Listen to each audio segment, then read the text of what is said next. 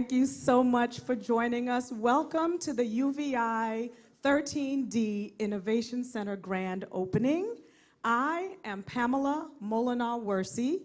I am the Dean of Innovation and Student Success and the Interim Vice Provost of Enrollment Management at the university. And I want to say good morning and welcome. This is a day that I personally have been waiting for with great excitement and anticipation. I already told you who I am and what I do, but I'm going to boil it down a little more. I do whatever it takes to ensure that we attract, retain, and guide students towards success, any and all students, to this hashtag destination campus we know as UVI. I'd like to extend a warm welcome to all of the dignitaries. I have recently relocated back to the Virgin Islands. I'm born and raised here, and I am learning that there is protocol to be established. So this is my first attempt of establishing protocol. Right, I'm being taught and trained well. So I would like to extend warm welcome to our Lieutenant Governor, Trekenza Roach, Senator Donna Fred Gregory,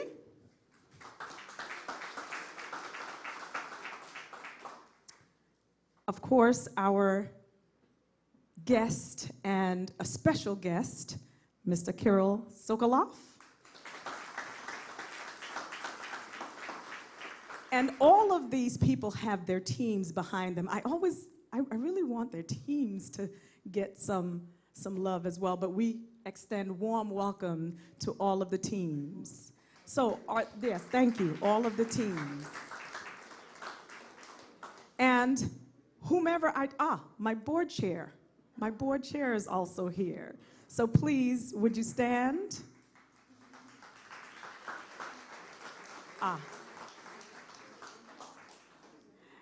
Board member. Our board members are here. So board members, do I have any other UVI board members? Excellent, thank you. Thank you for being in the house. Of course, you will hear from our president, Dr. Hall, and our guest speaker, Pascal Finette, is in the house. You will hear from him as well. So warm welcome to all. Warm welcome. Our 13D research and strategy partners are here, and you will hear from them more. My UVI family is in the house, faculty, staff, students of the University of the Virgin Islands. Thank you so much.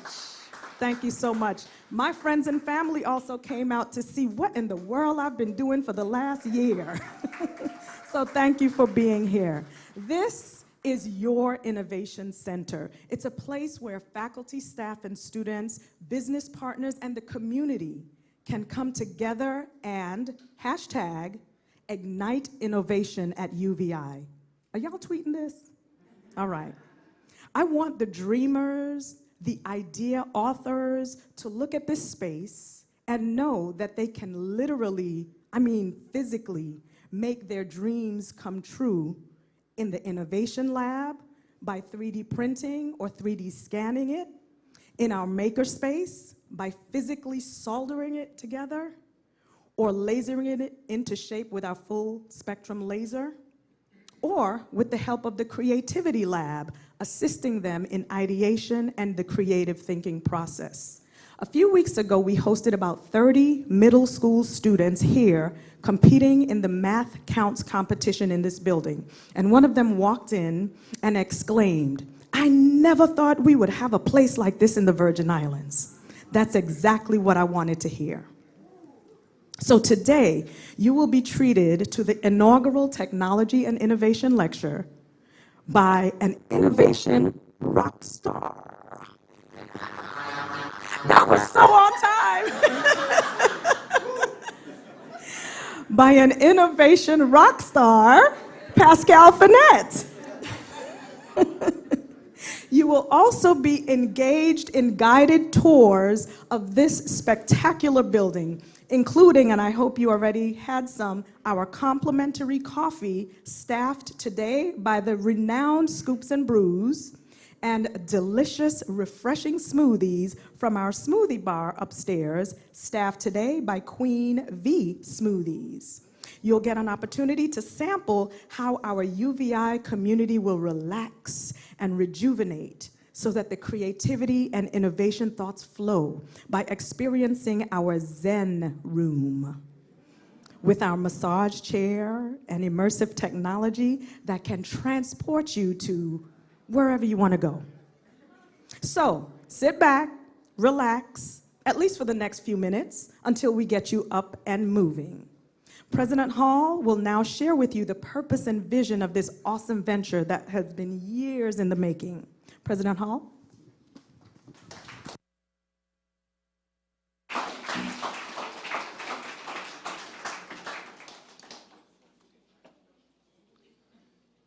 Good morning.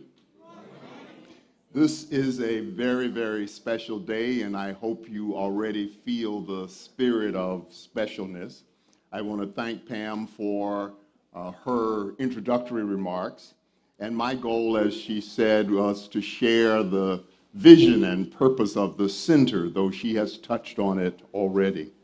As she did, I want to welcome all of you here. It's really special to see all of you in the house. We have so many dignitaries, but we have so many individuals who will be able to use the space, and I'm so thankful to have all of you here. I especially want to thank my wife, Marilyn, my daughter, Sakile, for being here. They both know how important this day is to me, and having them here captures that moment for me personally. There are times when we read about creativity and innovation. Other times we hear stories of the innovation process. Today, you reside within the midst of creativity and innovation. Today, you are witnessing the birth of an idea which was fed from its conception on the ingredients of change. The idea and vision behind the 13D Research and Strategy Innovation Center is really creativity in action. No one told us to do this. No grant served as the impetus or the parameters for this project. The vision and structure for the center was born out of the collective minds and souls of this institution, and out of our need to ensure that our strategic plan, Greatness Through Innovation, had a concrete manifestation of its mission. I recall in my office the moment I shared this kernel of an idea with Provost McHale, and it created itself through various sessions conducted by the Creativity Lab, which had no home at the time, and now is the anchor in the center of the idea that it guided into existence. What will you experience as you tour this facility? Technology innovation will greet you as you enter and will stimulate your thinking as you journey through the makerspace to the innovation lab, into the artificial intelligence zone, or the Zen room, as some like to call it. You will see aviation simulators where high school students will be taught the technology of aviation. There are 3 technology companies that will be here to expose students to what they do in an innovative fashion. Nerex, headed by Leon Hughes, the creator and impetus for our hackathon, will have his company here along with others who I will mention as we move on. Yet our view of innovation is not limited to computer science and engineering, but every discipline at the university has embraced this calling and will utilize the space to stimulate creativity and innovation in their fields.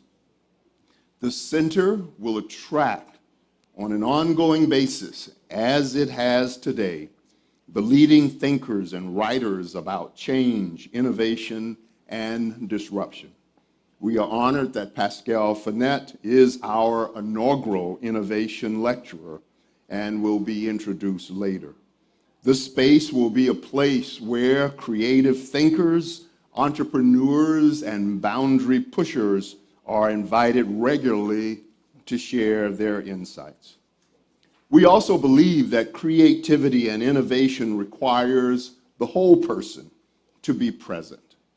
This center, from its conception, wanted to speak to the mind, body, soul, and spirit of those who enter. So there is a waterfall and a Zen room for meditation, reflection, and prayer, a coffee shop and juice bar to feed our pleasure zones, and a culinary arts program and companion restaurant, Wild Sage, to nurture and sustain those creative minds that enter this space.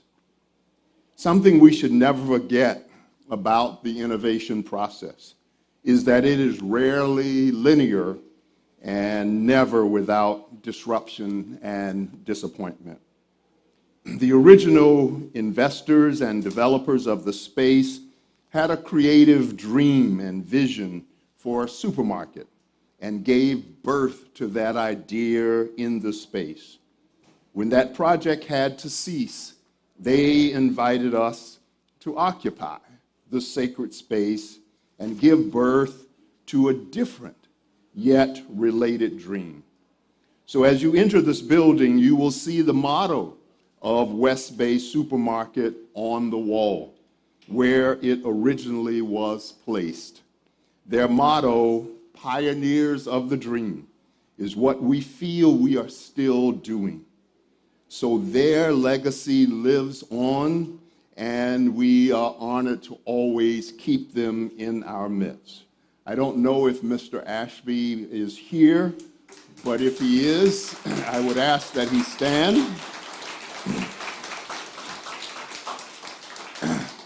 He was one of the former owners of the space of the supermarket, and his spirit and the spirit of those Virgin Island dreamers is still alive in this space.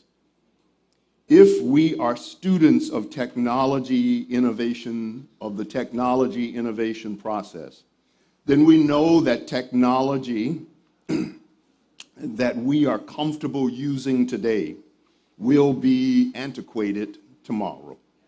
And the goal of this center is to help students, faculty, and the community to be the architects of those next generations of technology. So some of the equipment and instrumentation you see today will need to be replaced, enhanced, and upgraded real soon.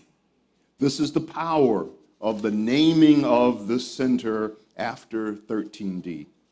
The $3 million gift commitment from Kirill Sokolov creates an endowment that can be used to continuously expose our students and the community to the latest technology and insights that are available. As you know, 13D was one of the early stage RT Park companies and one of the most consistent supporters of the university. More recently, however, other RT Park companies have designated their annual Tier 2 contribution to the Innovation Center so it can remain on the cutting edge. The final point I want to make today is that innovation is like a multi-act Broadway performance that requires numerous actors, writers, producers, and behind-the-scenes personnel.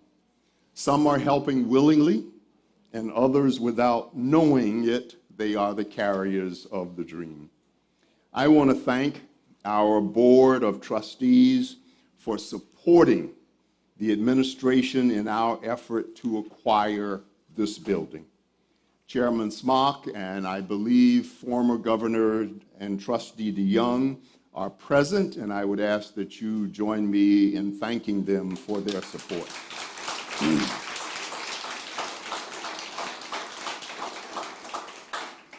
The Creativity Lab conducted numerous creative brainstorming sessions with faculty and staff to help give contours to what we wanted.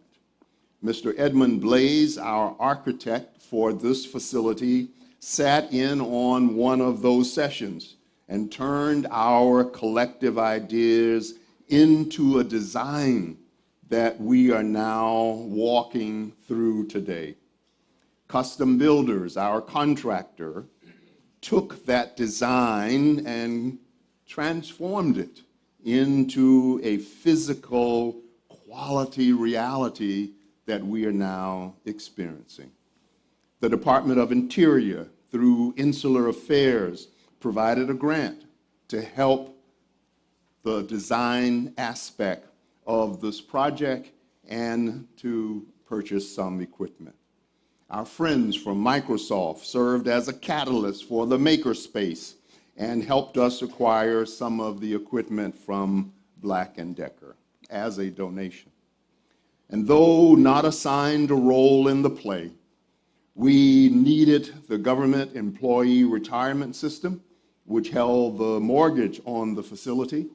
We needed the Virgin Islands Port Authority, which owned the land, to all play a role in making this dream a reality.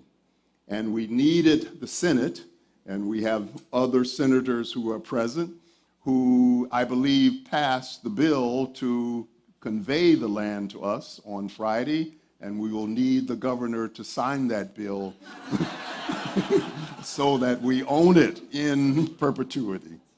These are just a few of the individuals who played a role, and I humbly thank them for their support. And I also thank our legal counsel, Marie Thomas Griffith, for ensuring that this was done in a sound legal manner, and I think she is present. Time will not permit me to mention each member of the cast, but I sincerely thank each person who knowingly and unknowingly played a role in getting us to this particular day. So thanks to all of you for being here today. Thank you for witnessing the manifestation of an idea. Our major hope is not just that you will be inspired by what you see today, but that you will be inspired by what you don't see, and then become the force to help us bring that thing that's missing into existence. That is the beauty of creativity and innovation. It calls us to be creators of the unknown as we live and be inspired by the known. Thank you.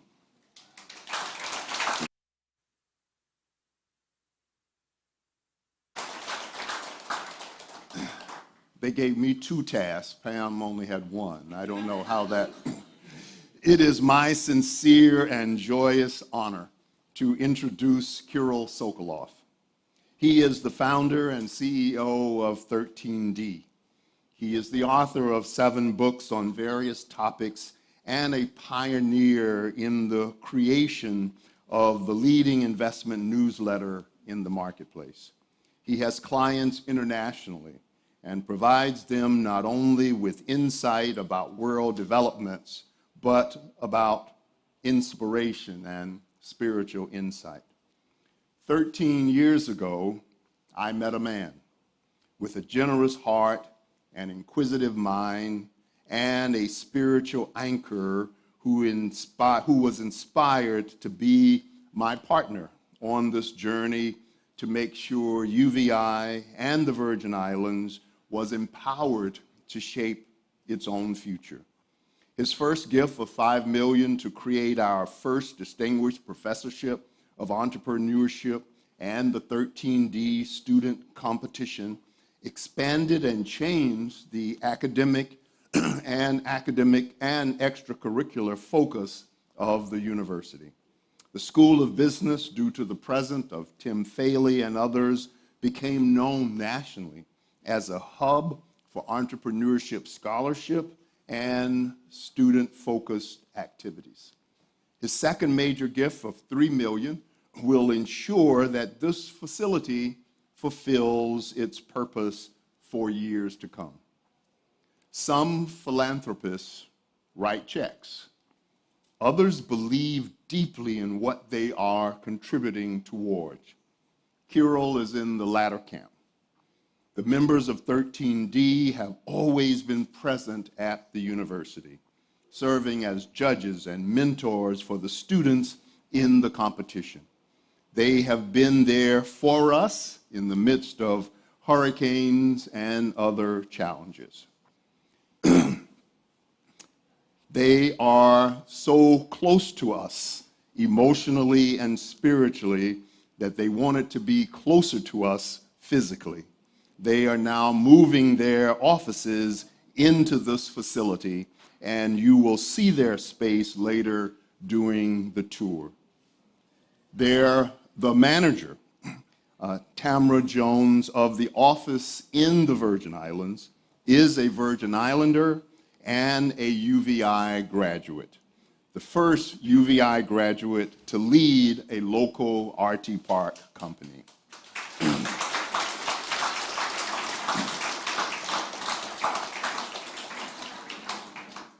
Kirill is a unique and gifted man, and I'm honored to have him as a donor to this university, but also as a friend, as a kindred spirit who tries to make a chaotic world a little better as he travels along the way.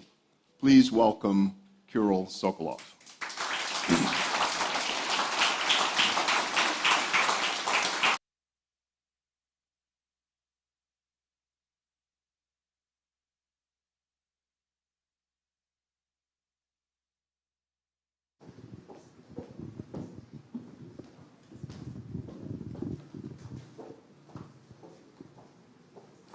Thank you, David.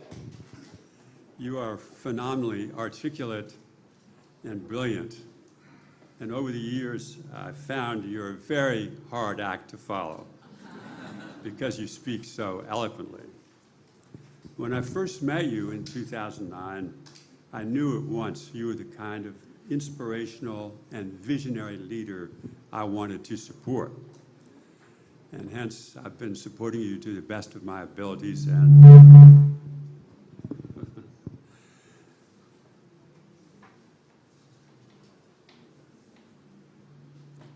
also, I was extremely excited about helping this community. And it's small enough that you can actually do something here, while in so many other parts of the world, it's just too big. Closer like this? Okay, okay. All right. So in 2009, when I came here, I fell in love with the territory and its people. And I'm just incredibly happy and deeply proud to be associated with this wonderful venture. Dave and I have a very special relationship that transcends the usual one of donor and donee. We become close and dear friends with a deep and profound bond. When David announced his retirement at the end of next year, I was overcome with sadness. However, I decided to seize the opportunity and asked him if he would stay on and represent us to find out how we can help this community more than we have, and to my great joy, he's accepted.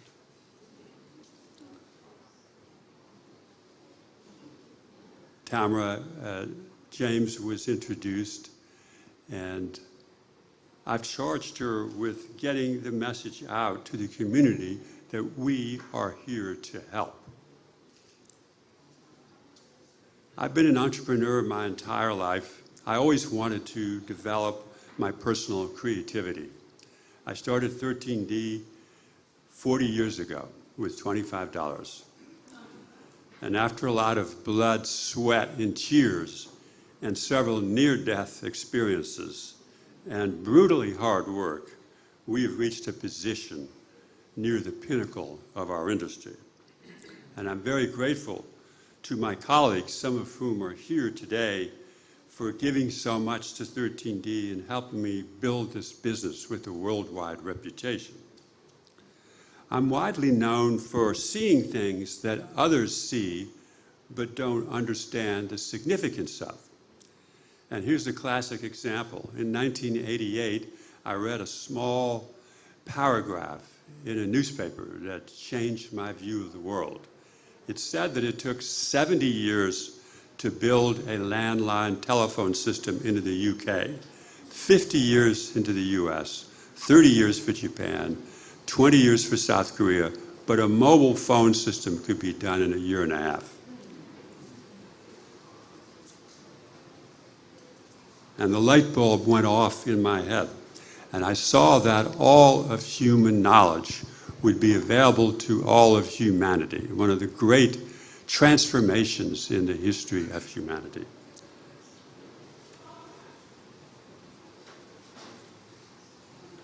By the early 1990s, it became clear to me that the world was going to be digitized. And as it was digitized, there was going to be tremendous change, the like of which we'd never seen, and disruption.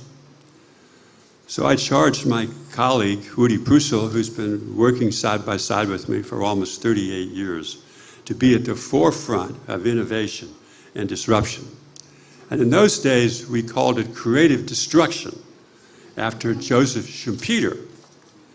And he believed that capitalism can only be understood as an evolutionary process of continuous innovation and creative destruction.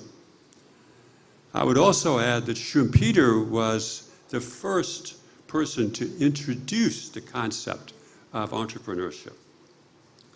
Since the early 1990s, I don't think there's been a single form of disruption that we haven't seen in advance or warned our clients of the opportunity or the risk. And Woody's done a magnificent job of staying ahead of the fastest pace of change in human history. So given all this, I was deeply grateful to have the opportunity to help create an innovation center at the UVI. The combination of the entrepreneurship program and the innovation center, I truly believe we'll see some amazing and hopeful progress in our community. It's an honor to me to be able to introduce Woody Pussel, who has just left the room. Now you have to go with the flow here. So Woody will talk about the innovations that we see coming, that we're excited about. He will also talk about, very briefly, the ones we have seen and how it was easy to see the next wave of innovation and disruption.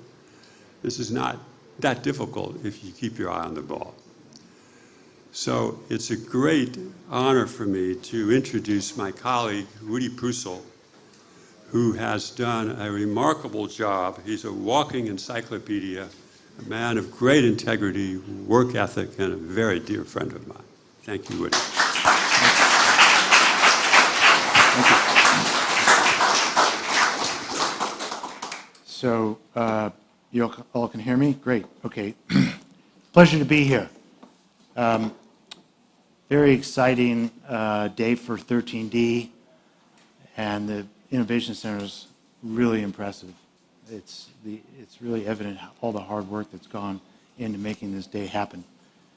I want to expand on Kirill's comments a little bit about how we got into tracking innovation 30 years ago.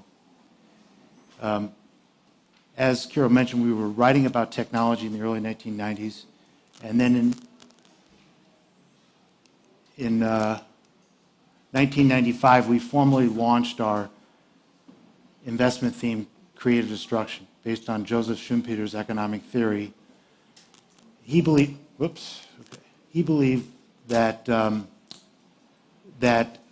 innovation was a process of industrial mutation. It was an essential fact of capitalism, and that new technologies would come in and sweep out old industries in gales of creative destruction. In the late 1990s, Carol and I took a trip to Finland, where we saw the future of telecommunications. Now, at that time, the Finns, over 60% of their population had mobile phones versus 20% or so for the US. And the Finns were doing things with their phones that no one else were in the world.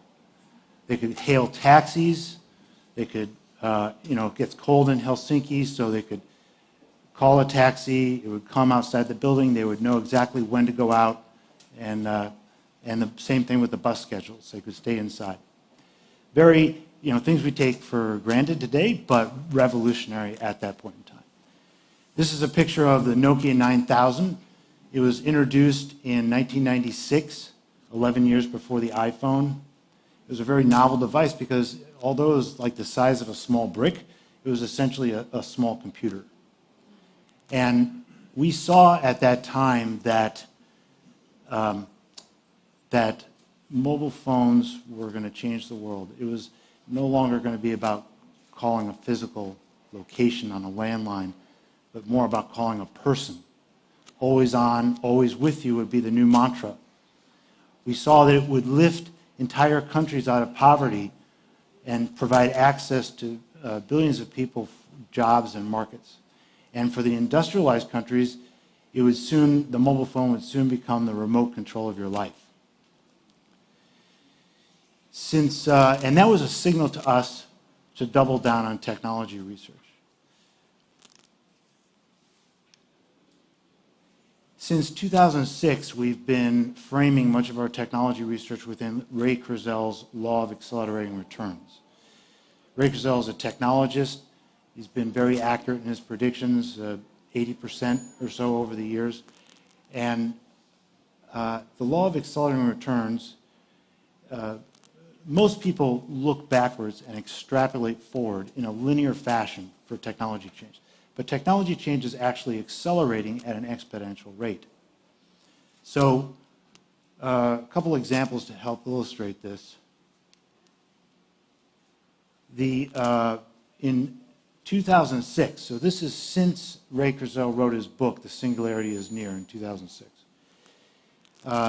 291 million transistors were able to fit on a microprocessor made by Intel. And as of last year, 118 billion transistors were embedded in the M1 Ultra chip by Apple. That's a 405-fold increase during that time period.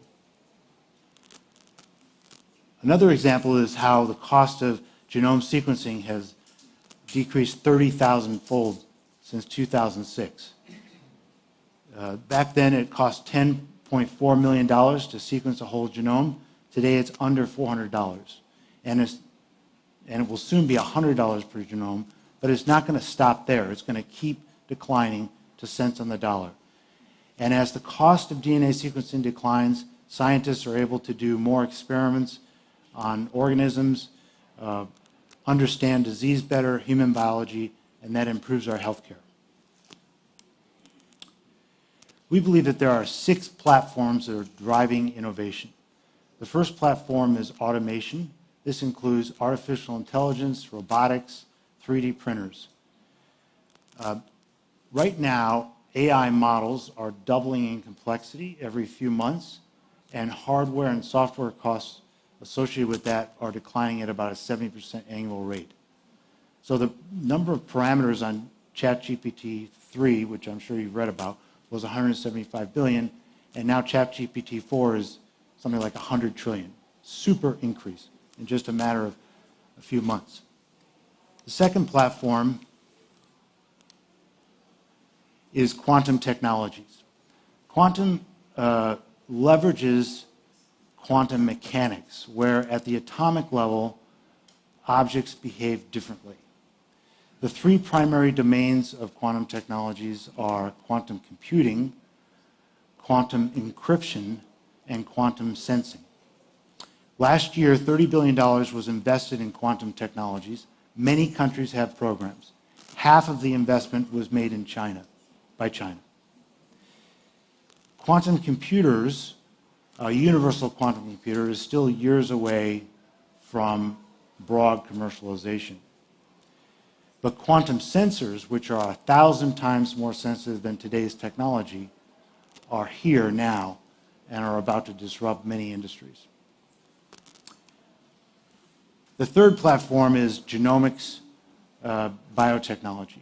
There are new bioplatforms and emerging tool sets creating multiple pathways to reducing morbidity and increasing health span and lifespan.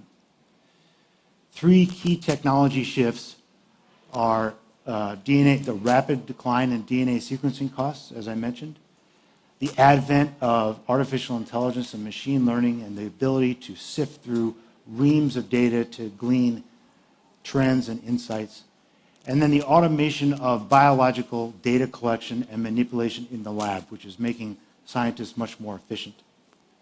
Essentially, the global healthcare system is transitioning from a symptom-based reactive model to a preventative, value-based structure. And this transition will upend many business models of incumbent healthcare providers. The fourth platform is blockchain Web 3.0. The global financial system is at the front end of a complete transformation. Decentralized computing, distributed ledger, blockchain ledger technology will bring more trust and value to the World Wide Web. Web 3 will be a collection of convergence of a number of technologies, AR, VR, cryptocurrencies, AI, 5G, etc. We're lucky to have Cyrus in the audience with us today. He's our resident Bitcoin expert, and I'm sure he'd be happy to talk to anybody about this space. The fifth platform is clean energy. So the cost of solar panels have declined 250-fold since 1975. For more than two-thirds of the world now, solar and wind is the cheapest form of power. For 99% of the coal plants in America, it is cheaper to shut them down and build new solar and wind capacity than to keep them operating.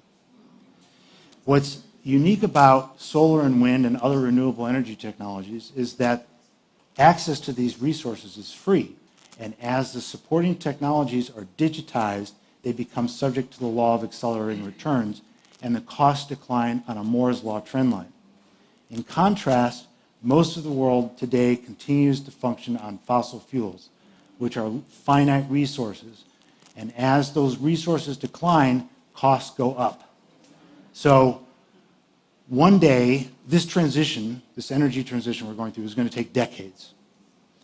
But one day, it's conceivable that we'll be asking the question, what is possible when the cost of energy is virtually free? The sixth platform is next-generation wireless networks. 5G and satellite are key enabling technologies that connect the other exponential technologies I've just mentioned, and this accelerates everything. 5G is a $1 trillion global infrastructure build-out. It's one of the biggest infrastructure projects ever.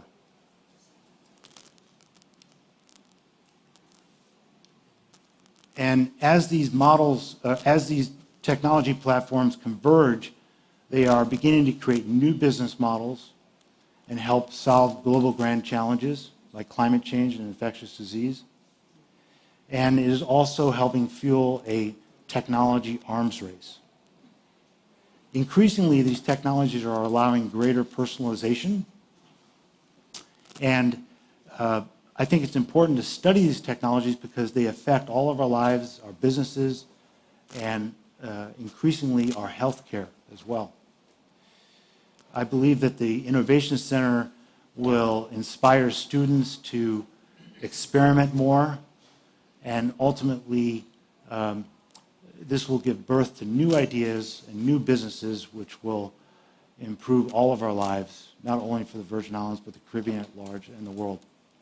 I first met Pascal 5 years ago at a Singularity University executive program, and his unique ability to take all of his experience and knowledge and translate it into teachable insights is why I'm so excited to hear you speak today. Thank you very much.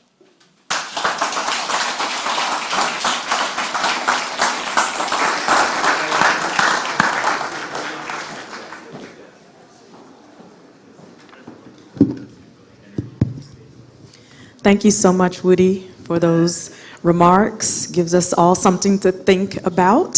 Thank you so much. So, I am back to establishing protocol. I would like to recognize that, see, Senator DeGraff, you're sitting there with your hat on. I didn't recognize you. Senator Dwayne DeGraff, thank you so much for coming. Past President Orville Ken and his wife Judy, thank you so much for being here. And we have a representative from the board of the Foundation of the University of the Virgin Islands, Mr. Bradley Ebersol. Oh, there you are. Thank you so much. Oh. Thank you. Good morning. It's a pleasure for me to be here, Dr. Hall and Chairman Schmock, and both of these on, and Mr. Roach, thank you very much, and all of the people here. I am Bradley Ebersol, and I'm fortunate to be on the directors for the Foundation for the University of Virgin Islands. Today, we're a sponsor for this event, and it's very much of what this foundation stands for. We're ones to support the innovation and the initiatives of the institution, and our funds are roughly about $60 million. Each year we do make a contribution of several million to the operation of the foundation in many ways. But we often look for innovative ideas too, and that thought of a generous heart and a spiritual mind I thought was very appropriate for what we're doing here. So the foundation is very pleased to support this, and if you're inspired today by some of the speakers that you've heard and some of the ideas that you see, we suggest that you look toward the foundation as an opportunity to make a contribution, a tax-deductible contribution that will go to your priority for the university and supporting it in many ways. This university is leading in major ways, taking things from theory to practical action. So on behalf of the foundation and Mr. Jim Tunick, who really is the chair of the foundation and was unable to be here today, and I was happy to fill in. So thank you very much. I appreciate being here. Thank you. Thank you, Mr. Ebersol. I'd like to also recognize Miss UVI. She is in the house, Miss Tamia Grant, Miss UVI, and we also have our Student Government Association leaders also with us. And without further ado, we will now bring you a selection, a student presentation by Dion Parsons. Are you? Oh, there you are. Would you like to introduce your team?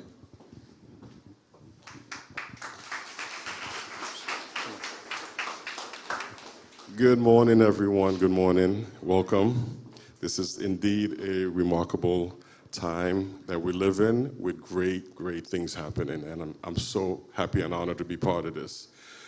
Today we're going to do a musical presentation for you that we have taken the time to bring some technology to the table. So we did our music program concert a couple weeks ago, and the students performed a Nina Simone piece that inspired Dr. Hall to request this, and we decided to add technology. Instead of bringing a full band, we were able to program a lot of the music, incorporate the technology, and this is what we're doing in the music department. We're actually in the process of building a music studio and bringing music technology and music programming to the table as part of our curriculum platform. So today, it's a great honor to present our students as they perform for you, Four Women by Nina Simone. Let's have a round of applause for Miss Monique Richards, Miss Majestic Estrada Peterson, Ms. Kayla Bass, You're not going to stay back here and hide. This is Miss Kayla Fontaine, our saxophonist. Miss Amy Moncherie, who's playing bass and vocals. And our faculty advisor and programmer, Mr. Carlton Holmes. 4 women.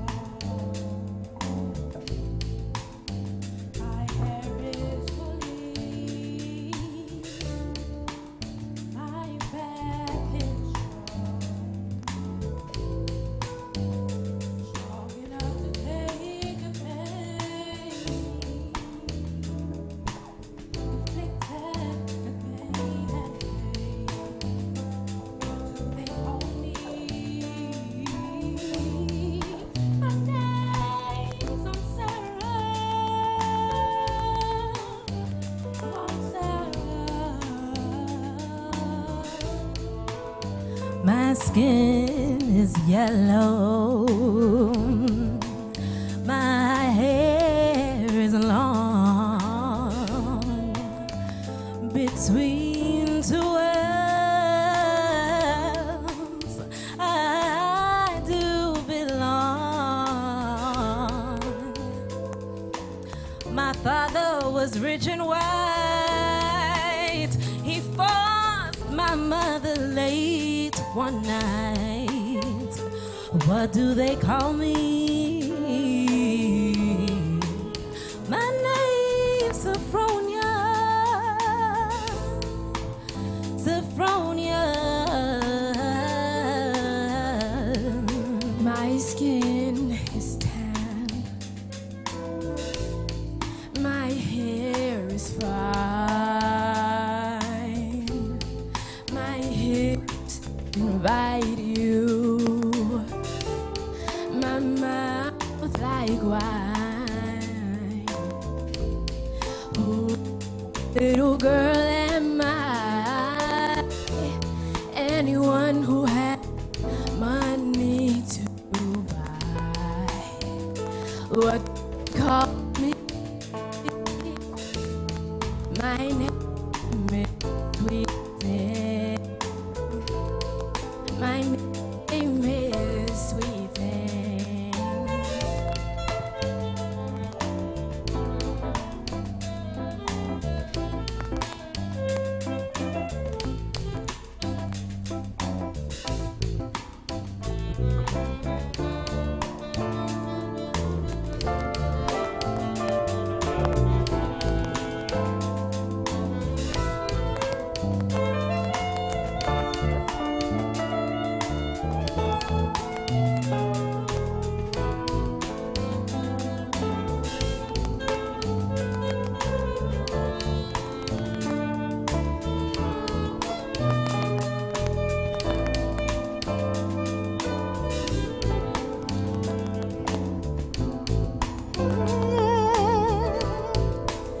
My skin is brown and my manner is tough. I'll kill the first mother I see, 'cause my life has been rough. I'm often bitter these days, 'cause my parents were slaves. What do they call me? What do they call me? Sophronia. What do they call me? Sweet. What do they call me? My name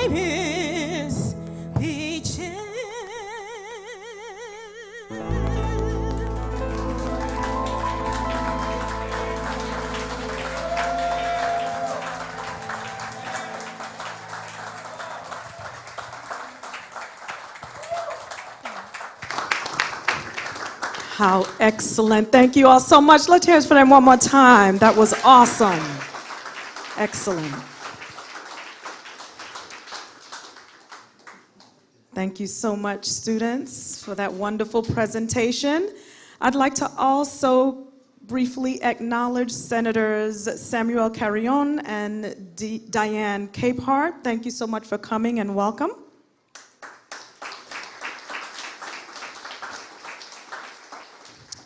I now have the pleasure of introducing our guest speaker for the day.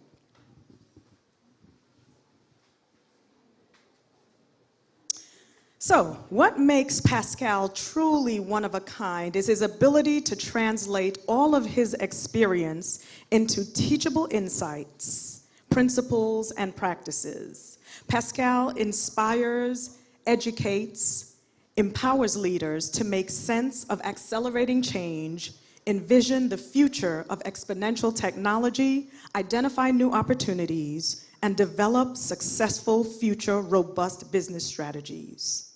Today, Pascal wears a bunch of different hats. He's the co-founder at Be Radical, where he and his colleagues enable leaders and learners to seize the future. He's the co-founder of the Women's Impact Alliance, the world's largest pro bono executive coaching organization for young women of impact.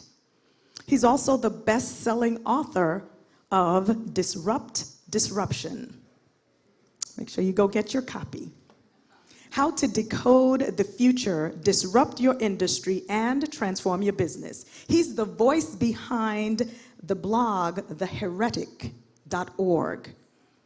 It's a wildly popular newsletter and podcast for leaders in exponential times. He's the advisor and board chair of EY's Wave Space, jury chair for science and innovation management at the Falling Walls Foundation. And before that, he did a whole bunch of other stuff.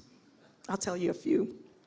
He built a $1 billion business unit as an early employee at eBay Europe. He developed frontier technologies at Mozilla Firefox, managed $150 million per year philanthropic fund at google.org, and he teaches Pilates for US Olympians. I thought that was the more interesting fact. His blog titled The Heretic, his latest blog post, I read it, I loved it. It was titled Perfection Sucks, and it's boring. I love that. You should go read it. So, without further ado, I invite Mr. Pascal Finette.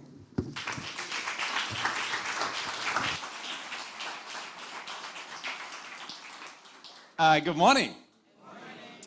You ready for some lecture? No. No. Who said no? Where are my students? Where are the students in the room? All right, so this is a very hard act to follow. We had just absolutely incredible speeches already. You've learned so much about technology already from Kirill, as well as Woody. So let me try to zoom out a little bit and essentially turn you into what we like to call a practical futurist. Now, here's the thing about the future, and we're going to spend about 45 minutes together. I'm going to teach you everything I know, everything you need to know in this book. And by the way, we'll also get some Pilates in, so I hope you brought your Pilates mats with you. Here's the thing. This is the reason why we want to spend time in the future, because truly we will spend time in the future. There's no way around it. So we need to figure out, better anticipate what the future will look like. And clearly, this space here is about the future. And I want to just make one quick remark, because it just dawned on me, this being a former supermarket, shopping mall space. I don't know if you know this, but when I was at Google, I worked very closely with Google X, which is their moonshot factory, the thing where they invented a self-driving car and all kinds of other stuff. The building Google X is in is a former shopping mall. So you chose well, very clearly, you know, big shoes to fill. I'm absolutely certain that you will do this. So now here's the thing. Let's talk about the future. And what I want to do now is, for the next 45 minutes, I will turn you into what we like to call a practical futurist. And to get us started, and you will, by the way, at the end, you will all get a certificate. You're all certified practical futurists. And to get us started here, Sorry, clicker is a little temperamental. I want to do a quick show of hands. Who here likes to drive a fast car? I know it's a weird question. So by the way, having had the pleasure of driving yesterday, not myself, being driven yesterday, I realized driving a fast car seems to be a thing here on the island. Driving a fast car very fast is a thing here on the island. So that's good. I grew up in Germany, so very clearly I need to love driving a fast car. And if you've ever driven a fast car, and if you've ever been on a racetrack, and if you've ever been on a racetrack where they taught you how to actually be safe on a racetrack, they teach you a really weird thing, which is if you find yourself veering off course and you see the tree coming at you, in this case, of course, the palm tree here. So you see the tree coming at you, do not look at the tree. Because if you look at the tree, you will hit the tree every single time. Like in your brain, you're like, oh my God, the tree, my tree, I need to avoid the tree, and then you hit it. What they teach you is to see the thing you don't see, which is you look at the gap. So you look at the stuff which is not there, or seemingly not there, and then you actually avoid the tree. So to my driver last night, please, please, please, always look at the gap. Now the reason why I tell you this is this, because when we think about the future, what most of us do, and I think this is the brilliance of Kirill and his team at 13D, is most of us look at the tree. Most of us look at the thing we can see, whereas really the magic is to see the thing you don't see, and that's what I want to teach you today. So with that being said, let's get into the joy of it. Let's talk about the future as what we like to call a paradox. And when we talk about the future as a paradox, I want to make an acknowledgement, which is the future is unwritten. Nobody can tell you what the future is. Nobody can tell you what tomorrow will, well, tomorrow maybe, but not a year or 10 years from now. Which is kind of antithetical, because you've got people like me who are futurists, and they're on these stages all around the world, and they all tell you exactly what the future will look like. Now let me tell you once and for all, anyone who tells you they know what the future will look like is lying to you. Right? It is impossible. Now, here's the other side of it. Do not trust this man. Right? So just so we're clear, right? Like if you have people like these people on the stages, like be careful. Now, on the flip side of that, there's another piece to that, which is this. When it comes to technology, particularly technology, and this is the paradoxical side, you can make this, the very strong argument, the future really already has happened. And, you know, Woody, you mentioned your visit to Nokia. You saw the future in Finland, the future of the world as it pertains to mobile phones you saw in Finland. Really what we are doing is we're catching up to it. Now, Woody showed you the Nokia device. I have a different device. This is 1996. Anyone remembers this thing here? A quick show of hands, who had one of those? Yeah, of course. Right? So here's the thing. This is, of course, so for all of the students here who look at me and they're like, I wasn't even born then. What are you talking about? This is a Palm Pilot. This was what is called a personal digital assistant. Came out in 1996. I bought one of those. Now, here's the interesting thing. So a truly magic device. You had your address book on there, your telephone, your calendar. You could put it into your pocket. It was amazing. Now, the question for you is, if you happen to have one of those in 1996, and Woody and Kirill, you are out of the question here. You're not allowed to answer this question. But in 1996, when you looked at this device, would you have anticipated that this will become the iPhone? And the response is no, right? Most of us didn't. I didn't, clearly. A colleague of mine, a friend of mine, used to build a software company for this thing. And he kept telling me, Pascal, one day we will have the information highway on there, the super highway. You get, like, as Kirill said, the world's information on this device. And then I looked at him like, in disbelief. I said, what are you talking about? Like, how should this work? And he said, it comes through the air. And I'm like, what do you mean? Like, this thing doesn't even have a telephone plug. You know, like, how do I get the telephone line into this? And he's like, no, it's going to be through the air. So he could see it, but most of us can't. And now here's the interesting thing. It's when you look back in time, so this is 1996. Oops, sorry. Clicker is a little temperamental. Now, 2007, Steve Jobs gets on stage and shows you the iPhone. Now, if we look in hindsight, and this goes back to like the point which was made earlier. In hindsight, of course you see it. You look at the Palm Pilot and you say, man, it looks like an iPhone. It's the same form factor. It has a touchscreen device. It has apps on it. Of course it is an iPhone. But the question I have for you, even if you could have seen this like my friend, would you have thought that it will take 11 years for the iPhone to emerge? right? That's the other side of the coin. This stuff doesn't happen overnight, and sometimes it does. And then the other question I have for you is, would you have anticipated that it takes another, 15 years to make this magical device in your pocket, this supercomputer, this thing which is more powerful than the computer which brought us to the moon? Would you have anticipated that it will take us 11 years or 15 years to make this the predominant use case of this magical device, right? It's really hard. So what we want to do today is we want to unpack this. We want to anticipate the future. Here's everything you need to know about the future. And you already saw a little bit of a glimpse of this. My apologies, this clicker is really not acting nicely. Here's everything you need to know in a single slide. Exponentials. Now, we heard this already, so I don't want to bore you with this. But I want to point something out, and I want to make this point very clear.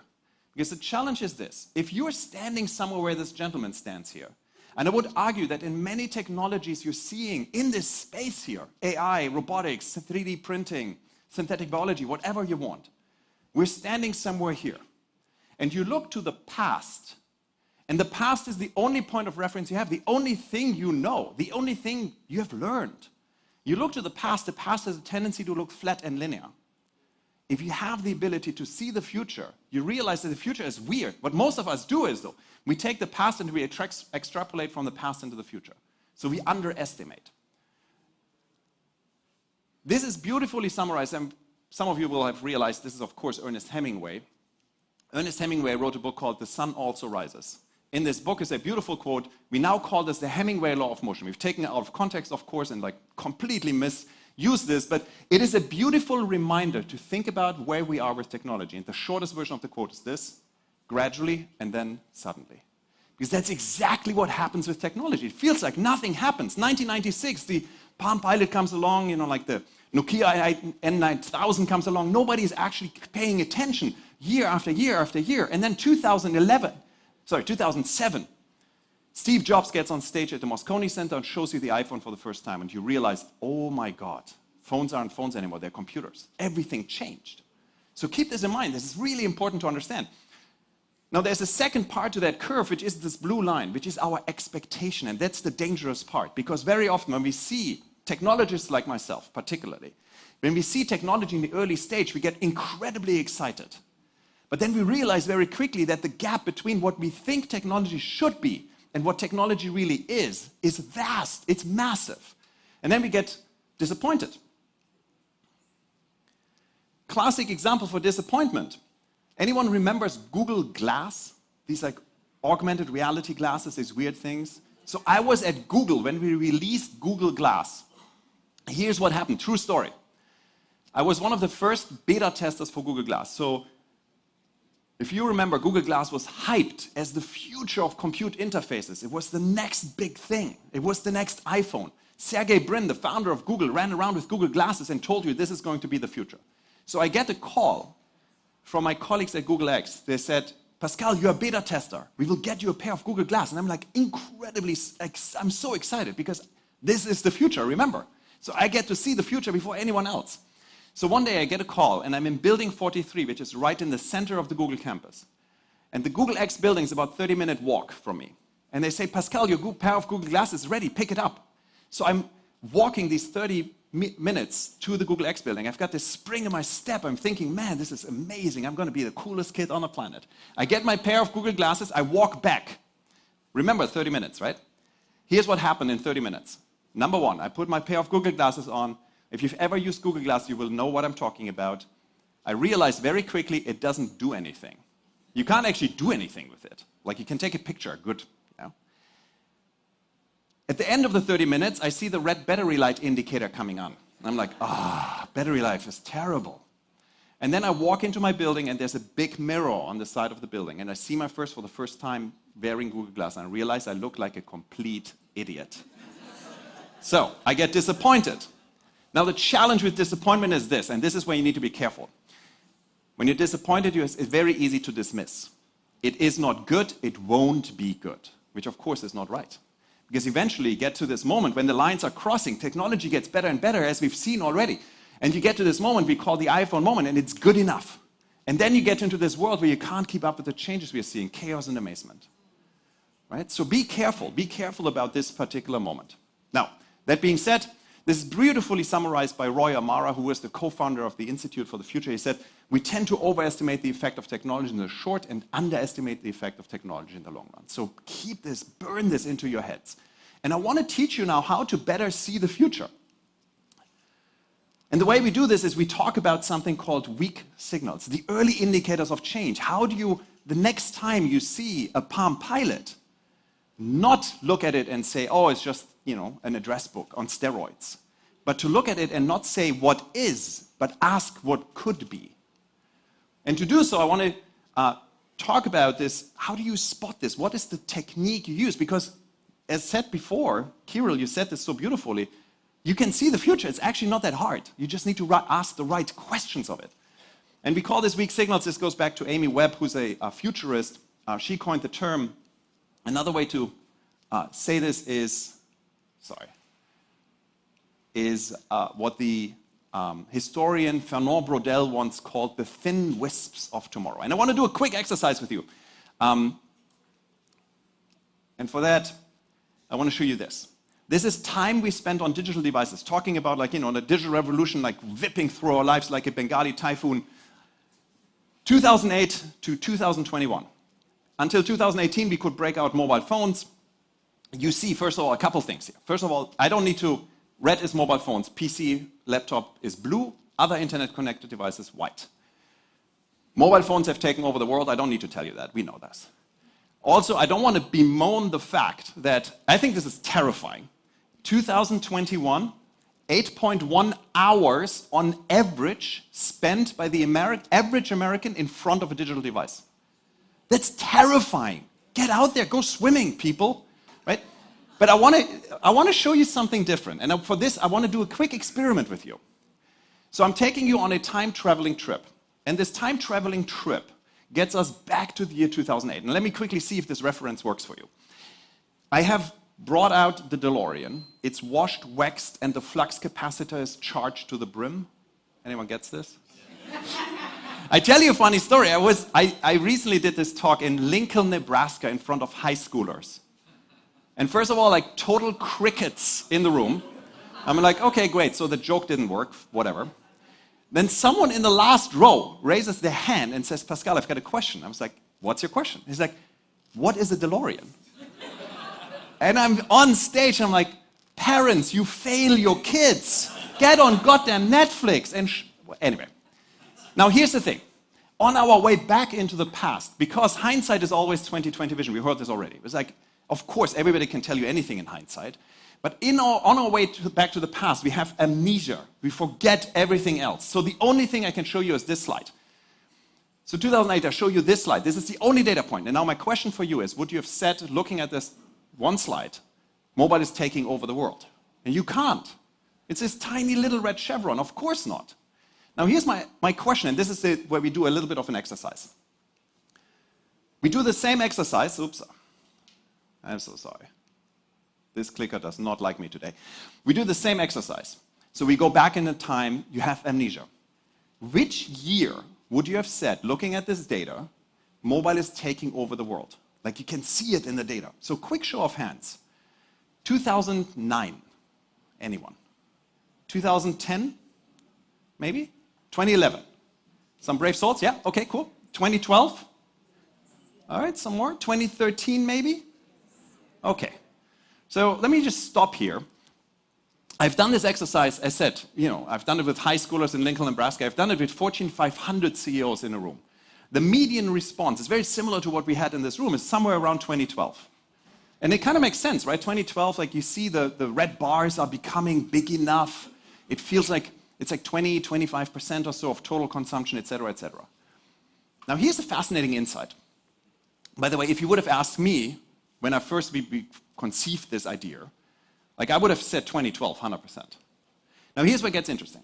When you look at when some of the most relevant companies which leverage mobile at their core, which were built on the very idea that mobile is taking over the world, where the founder said, I believe mobile is the thing. When these companies were built, it's really fascinating. So you've got companies like Airbnb, 2008, Uber, 2009, WhatsApp, 2009, Instagram, 2010. We would have missed these companies not by 3 months, we would have missed them by 3 years. And that's the reason why I think we need to get so much better at looking at these early indicators of change, the weak signals, the things which tell us what the future might look and not look away. And here's how you're doing this. You focus on this early part of this exponential curve, and remember, it's very deceptive. It feels like nothing's really happening. So how do you do it? Very simple. This is Rob Walker. Rob Walker is a futurist. He said, there is no shortcut, there is no algorithm, and if everything you do is track what everybody else is tracking, then all you do know is what everybody else knows. To discover, you have to dig. Right? So again, like, it is not enough to just like look at, oh, everybody's talking about ChatGPT, must be a thing now. You want to know that 5 years before everybody's talking about it, or 3 years before. So what do you do this? How do you do this? And of course, this institution will teach you how to do it, of course. So here's how you do it. And I want to use an example for this. Whenever Jesus, technology. Talking about technology, right? Let's talk about computers. I want to use an example, and I want to talk about computers. Woody, you mentioned this already. Computers are the mother of all exponential trends. This is where it all originated. And I don't want to tell you and bore you with yet another story of your smartphone is as powerful as a supercomputer. What I want to do is this. I want to tell you a story. This here is the Apollo 11 moon landing computer. You can actually go to Mountain View. There's a museum where they have the actual computer. It's really fascinating. It's a really interesting piece of hardware. Here's what this computer was built for, what its purpose was. Fly us most of the way to the moon, land us on the moon, take off from the moon, and fly back to Earth. No small feat, like a really important piece of hardware. This computer had a clock speed of 1 megahertz.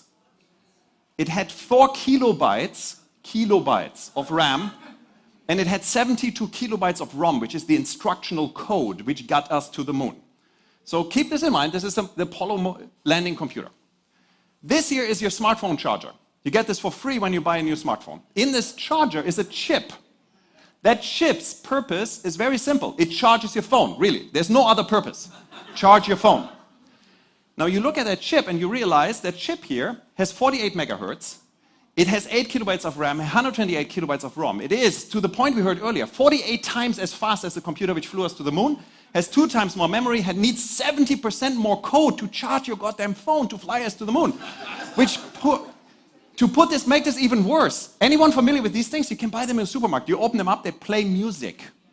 They're the most obnoxious gift card you can get. The chip which powers this thing, the chip in this card, is exactly as powerful as the computer which flew us to the moon. Which proves 2 points. Point number 1, this never happened. It's impossible. It's impossible. Joking aside, what I want you to do is think about what this means. So next time someone tells you, like someone like me, tells you a story like this, it's funny. Of course, that's the reason why I tell you that story. But again, what I want you to do is I want you to think about what this actually means. Because computers used to be roomfuls of electronics. We called them mainframe computers. And then we made them smaller and they became the size of a fridge. We called them mini computers. We made them smaller, they became the size of a desktop. And you can put them literally on your desk. And then we made them smaller once again and we made them the size of a laptop. And you can put them into your backpack and walk around with them. And then we made them smaller again and they became the size of your mobile phone. You can put them into your back pocket and they're with you all the time. And now we're making them so small that a colleague of mine calls this ambient. They're just there. You don't think about them as computers. If you go into your local supermarket, you buy one of these obnoxious cards, you don't say, oh, I'm going to buy a supercomputer which brought us to the moon. You say, I'm buying a Christmas card or a birthday card which plays happy birthday. And here's an interesting insight, and this is why I want you to pause. Because every time we move from one compute era to the next, the world changed. And it didn't change just a tiny little bit, it changed dramatically. And we're at this new brink, like this is another world change. And it's not just the world which changed, it's also the companies dominating this world. So, Kyril's investment advice, of course, like mainframes, IBM, PCs, Microsoft, handheld devices, Apple and Google, and maybe Samsung and a few others. And now we're moving into a world which I don't know which company will play this world. This is where you need to ask 13D, not me. But it's going to be different. So keep this in mind because, and this is how you do it. we truly live in the world our questions create. The best advice I can have for any student is ask questions all the time. And of course, you know these questions, like we teach kids these questions. Why, what if, how might we? And I want to add one more question to this, which is the question of a futurist. It's the most powerful question you can ask to unlock the future. And it's not my question. I learned this question from a gentleman called Guy Kawasaki, who was the first evangelist at Apple. He brought the Macintosh to life together with Steve Jobs. And he is really good at spotting these new technologies. And I met him at Singularity University. We became friends. And one day I said to him, how do you do this? Like, what's your magic formula? You're so good at this. And he said, it's very easy. Because the thing which most of us do is this. We are programmed to make sense of the world as a pattern matching. We say it fits the pattern, signal or noise, and if it doesn't fit the pattern, we sort it out. Now the problem is this. When you see something which is different, you see a new technology emerging, you see someone using technology in interesting, weird ways, you see some behavior changing, it's a signal which is very weak, and you sort it out. So the question I have for you is, the next time you see something which feels different, ask yourself this, isn't that interesting?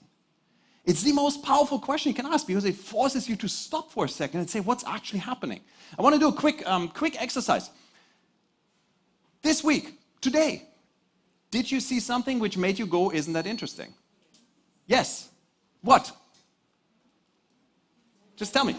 Shout it out. I'm curious. I'm really genuinely curious because we all see weird stuff all the time. Human reaction. Say a little bit more. Who was this? Quick show of hands. Yes, please. Say a little bit more. Human reaction. So I noticed that it was interesting how people react to time, how they react to meeting new people. Yeah. And just existing with them. That's wonderful. Human reactions. As you were the brave soul, you get a copy of the book. Would you mind? No, this is my copy. This is my. I have your copy. David, don't worry. You will have a copy for you. We will have a copy for you. As a matter of fact, I'll send you a whole box of copies for the library here. No, this is not yours. Yours is down there. We're good. And come afterwards. I sign it for you. So again, like we all see these things. Ask yourself, like, if you ask that question once a day, after a year, you have 365 insights you didn't have before. After a year, you have 365 insights other people didn't have. So do yourself a favor. Is this truly the most incredible, the most important, and the most powerful question you can ask? Now, that being said, here's the interesting thing. Steve Jobs was once asked, like, how do you become so creative? And he starts laughing. And he said, like, listen, like, creativity is nothing special. Creativity is connecting things. The most creative people on the planet are the people who see more things. Right? So do yourself a favor and see more things. You become so much more creative. That being said, we see them everywhere. Of course, like once you start looking at, we heard the 6 platforms 13D looks at to expand on this. There's like a ton of those, right? Like decentralization, blockchain, artificial intelligence. You see it everywhere. Now, I want to give you a quick warning because one thing which happens often when we look at technology is something we have come to call the Ithaca effect. And if you remember Ithaca is, of course, the destination of Odysseus, the journey, the trials and tribulation of the Odyssey. I grew up in Germany. They actually made me read this goddamn book in school. It's 1,000 pages. This is torture. It's a beautiful book, though, because here's the thing you learn when you read the Odyssey. When you read the Odyssey, you realize Ithaca is the end destination. This is where Odysseus wanted to go. But it's not about getting there. It's about the journey. It truly is. Everything you learn is alongside the journey. And here's why this pertains to technology. When we look at technology, we have a tendency to look at the end state. We say, oh, self-driving cars will become a thing. And when self-driving cars will become a thing, for example, in the United States, we have the truck driver shortage. Well reported, there's not enough truck drivers. So once we have this, the truck driver shortage is over, right? Not joking. It makes perfect sense. But here's the interesting insight. When you look at this is the end destination, and then what a lot of people do is they wait. They sit there and they say, oh, once this happens, like let's build a company which has self-driving cars at its core. But what you do is, when you realize this is the end state of this exponential curve, and you look at what is the stuff we need to build along the way, you realize a whole bunch of things. So you start with drive-by-wire, so the car can actually drive itself without a steering wheel. You put a whole bunch of sensors and cameras in there. You have a safety driver, so you've got this ability to actually drive the car itself and have a human take over. Now, this is pretty inconvenient because you might as well have the human drive it if there's always a safety driver in there. So you make them remote controlled. So it's a bit like a drone. You have a remote control driver. And then eventually you build all the AI to get here. But here's a fascinating thing, and this is why I want you to consider the Ithaca effect. You can go alongside this, what we call the glide path, and ask yourself at every step here, if this becomes true, will it become disruptive? And what you realize very often, it becomes disruptive way before you get to the end state. It gets disruptive when you do this. The moment you have a remote-controlled truck, I don't need autonomy. I can solve the truck driver shortage today. Because here's the reason why people don't like to drive trucks. Not because they don't like to drive trucks. They don't want to be in a truck. They don't want to be away from home, sleep in the truck. It's a horrible job. But what if I can create a system where someone comes into an office like this, sits in front of a computer, like a screen, drives the truck, has lunch with their friends, gets back to driving the truck, gets, home in the evening. Suddenly, this becomes a very desirable job. So much so that a company called Starsky Robotics actually says true autonomy is useless. We don't need it. So do yourself a favor as you're thinking about technology. Work backwards and say, what are all the things which need to come true? And ask yourself, if one of those comes true, will it become deeply disruptive? And what you realize more often than not, you don't need Ithaca. It happens way earlier. So be a little bit careful. I want to spend now the last 10 minutes or so, I want to talk about disruption. We already heard this term, disruption, being thrown around, and I just want to give you my framework, my ideas around disruption, how you think about disruption. This here is Joshua Paulo Lehmann. He's the co-founder of 3G Capital, one of the largest hedge funds in the world. Incredibly smart person. And I give him an incredible amount of kudos, because at the Milken conference, in front of his colleagues and in front of running cameras, he said, I'm a terrified dinosaur. I've been living in this cozy world of book brands, big volumes, nothing changes very much, and all of a sudden we're being disrupted in all ways. And it's interesting, we work with some of the largest companies in the world. When I talk to them over dinner, not in front of cameras, not in front of their colleagues, they all admit to this. They all say the same thing. They say like, this is exactly how I feel. And here's the thing, disruption is rising. This is people going on the Google search engine, typing in disruption to make sense of this world.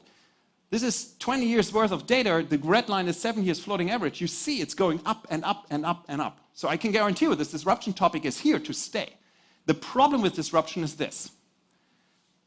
When Dr. Hall invites people like me coming here on stage and talking about disruption, we love to tell you stories about these three companies, the disruption trifecta. We talk about Kodak and Blockbuster and Nokia. And if you're anything like me, if you're sitting in the audience, you just want to be like, not again.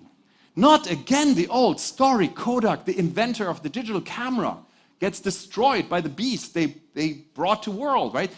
Blockbuster, the purveyor of the finest home video, gets destroyed by Netflix. And Nokia, the company you already heard about, gets utterly decimated by a software company. I think these stories are really boring because they always focus on one thing. And we have a tendency to look at the disruptors. We love to go to and say, what can we learn from Netflix? And I think we're missing a very, very important piece, which is this. People don't buy products. They hire them to make progress in specific circumstances. This goes back to Clayton Christensen. The classic example, you don't buy a power drill because you want to own a power drill so badly.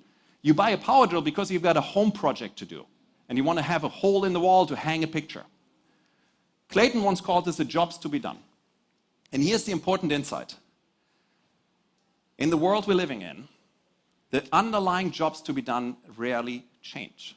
They're incredibly stable over really long periods of time. Here's a good example. You're still taking pictures. As a matter of fact, you take way more pictures than ever before. They just don't happen to be on film, right? You're still watching movies in the comfort of your home, eating popcorn. It just doesn't come on a VHS video cassette. You're still communicating with the device you're holding to your face. The underlying job to be done doesn't change. What changes is the way we do it. This one doesn't play, but this is, of course, this guy here. I will tell you what he says. So first of all, he looks a little bit like me. Just want to point that out. I wish I had his bank account, but that's a different story. Now, of course, this is Jeff Bezos, founder of Amazon. And this video, which the sound doesn't play, but so I will ad-lib it for you. They asked Jeff, Jeff, how do you think about the future? And Jeff starts explaining. He says, listen, everybody asks me, what's going to change in 10 years? And he said, that's a great question. Nobody's asking what is not going to change in 10 years. But that's what you build your business on. And he said, look at Amazon. Amazon's business is very simple. Amazon is a vast selection. What are we known for? Vast selection, low prices, fast delivery. And then he goes on and says, I have a really hard time imagining in 10 years someone coming to me and saying, Jeff, I love Amazon. I just wish your prices would be a little higher. Or I just wish you would ship a little slower. Right? He's like, that's impossible. So it's really important to understand it. It's you need to understand what is not going to change, because that's what you build your businesses on, the very fundamentals of human interaction. So we call this state changes. And the simple way to think about this is, and if we've got any physics majors in the room, please forgive me. This is a gross oversimplification. State change is a concept out of the world of physics. You take water, it's frozen, it's solid, it's ice. You warm it, it becomes liquid, it becomes water. You warm it further, it becomes gas. The in-between is what is called a state change. You go from one state to the next. And the reason why we think this works so well as a concept, as an idea, is the underlying molecule in a state change does not change. It's always H2O. The underlying job to be done does not change. You always want to do a thing that doesn't change, regardless how you do it. And the other thing is, state changes don't happen on perfect, gradual lines. They happen in exponentially accelerating curves. Every company, every organization, every product, every service is initially in a phase of stability. This is where you reap all the benefits. This is where you build a moat around your castle. But sometimes you have these gradual changes. You see the weak signals emerging, the early indicators of change coming out. And then, not all the time, but sometimes those gradual changes then twist and turn into a sudden change. And then we have a state change. We see a different way of doing things. And with this comes, I believe, one of the challenges, the biggest challenges companies have all around the world. And if you understand what it is, you can actually do something about it. So I want to talk about this. Let me just end on this here. Let's talk about Blockbuster. Blockbuster's state is, of course, we know this, VHS video cassettes in the store. Here's what Blockbuster did, and this is actually really interesting. At the height of the Blockbuster empire, they had 8,000 stores all across North America. There was famously, if you lived in an urban zip code, a Blockbuster within 10 minutes from you. At one point, the company opened a new Blockbuster every 18 hours. That's incredible. Now think about for 1 second. So this company has 40,000 employees. Think about for 1 second. So if Woody comes to me and says, hey, Pascal, we should create a Blockbuster competitor, we would be out of our mind. That's crazy. You can't. Because what is Blockbuster good at? They know exactly where to place one of those stores. They're really good at this. Way better than anyone else. They know how to place a store, they know how to merchandise it, how to market it in the local markets, etc., etc. So where is their core competency? Their core competency is ultimately real estate. They know really well how to run a real estate business. The state changes. You go from VHS to DVDs. And DVDs are interesting, right? They're thin, they're flat, you can put them into an envelope, you can ship them around the world.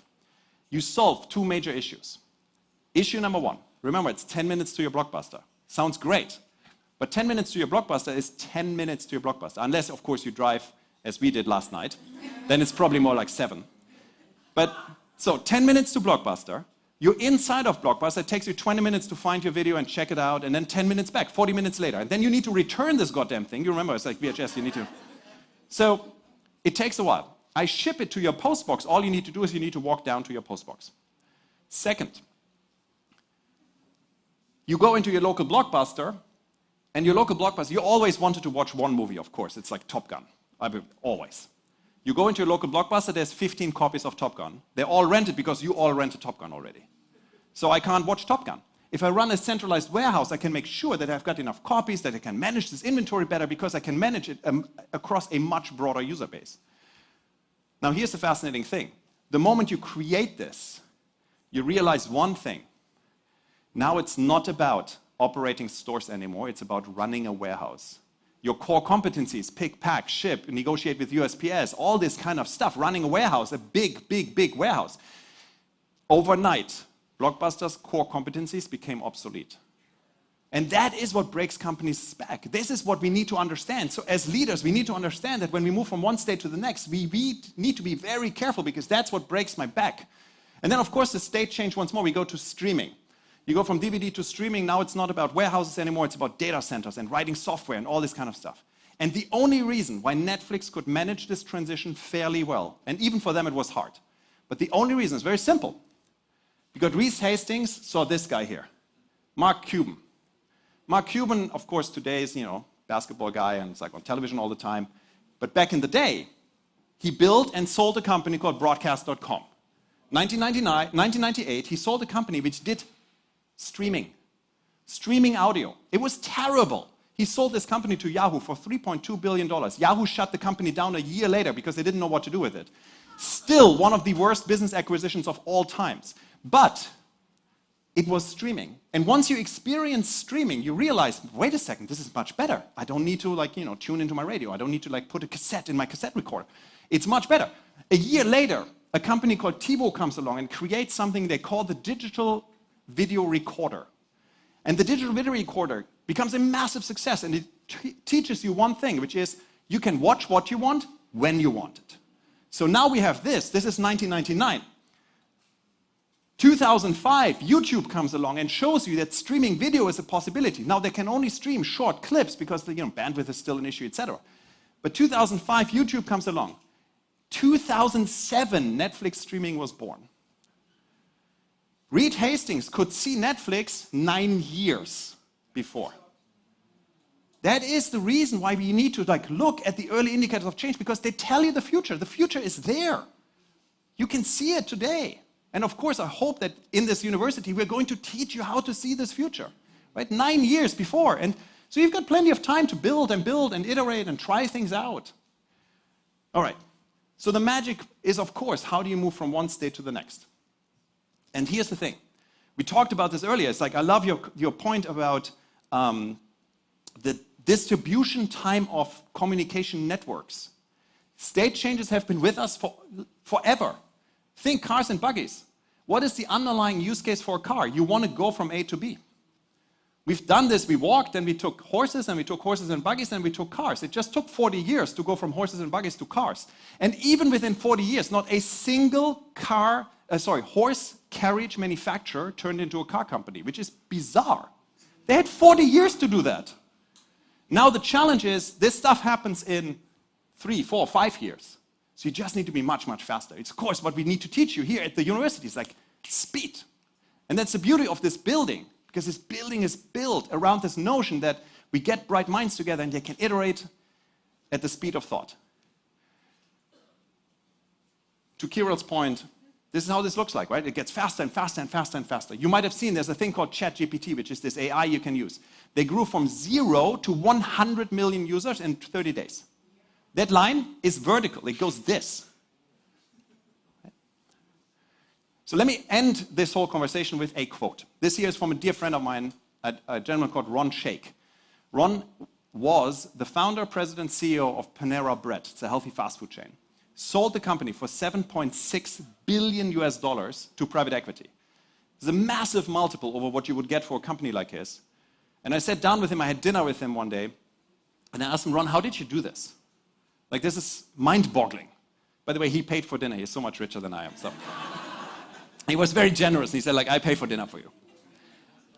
So if you know anything about Panera, Panera was always still to this day, very early in digital. They had iPads in their store before anyone else. They have a really good online ordering system. They digitized their supply chain, all kinds of stuff. And here's what he said to me, and this is, I think, summarizes our time together so beautifully. He said, our approach has always been to discover today what matters tomorrow, and then to transform our company transform our company into a future that is unfolding before us. And that's exactly what we have to do. We need to figure out what matters tomorrow. And once you can see it, you can build for it. If you can't see it, you can't build it. My last invitation for you. If you do want to stay in touch, we have a very exclusive community we normally only open up to our clients.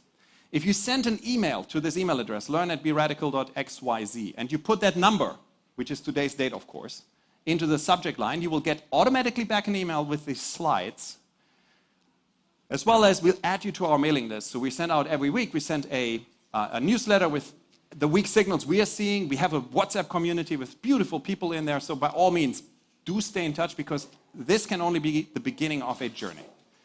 Now that is what I have for you. I'll be around. I'm super curious to take the tour. So I hope you join me on the tour, but we have got a little bit more in store for you. And with that, thank you so much.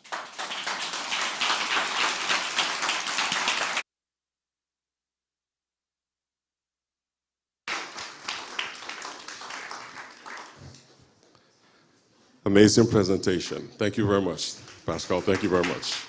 I learned a lot. So we are going to continue with our musical presentation. And to add to what Pascal just said, this song is a composition that we decided to present it completely through technology. And Mr. Holmes was able to work with our student, yes, Mr. Felix here, and they recorded and programmed a lot of this music, and that's what this presentation is about today. In the back, Professor Boland is in there, so after you take the tour, you can visit him, and he'll be happy to show you the basics and foundation of music production through technology. And we have Mr. Felix is going to be our lead singer. Miss Richardson is our background vocalist. Miss Bass is our background vocalist, and again on bass, Miss Amy Manchery. And Miss UVI, Miss Grant, she just joined us. She surprised us and showed up one day to the music department singing her butt off. Had no idea. So talented. So, and we have Professor Carlton Holmes on piano. So this is our contribution to technology, and we do hope you enjoy it. Mr. Felix.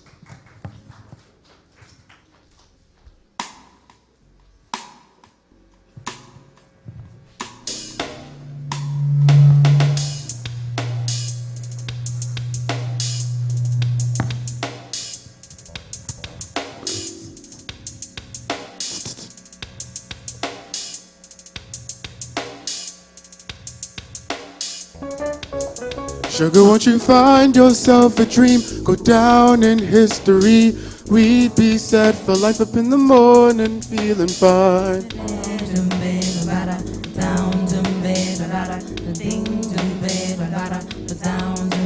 Tell daddy what you want yourself to be. Taste of victory. Wake up to the light and we'll make it through the night.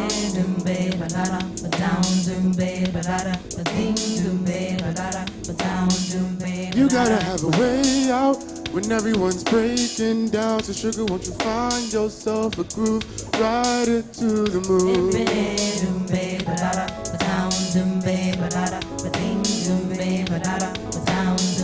You'll never find a way to stop the truth. Face you, girl, quit living like a bandit on the run. Flower in the sun.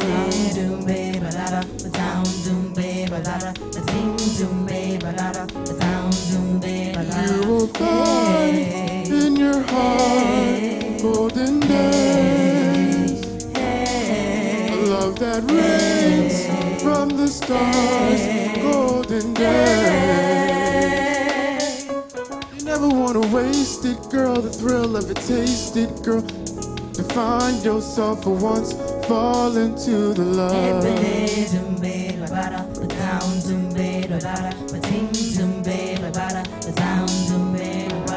Face, girl, it's a whole nother place, girl. You're nothing but a diamond in the rough, another day has just begun.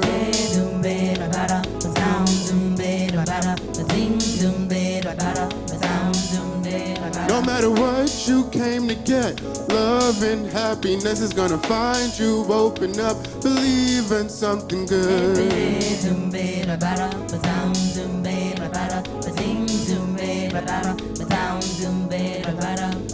push has come to shove, faith is strong enough. Mountains whenever you want to change your point of view.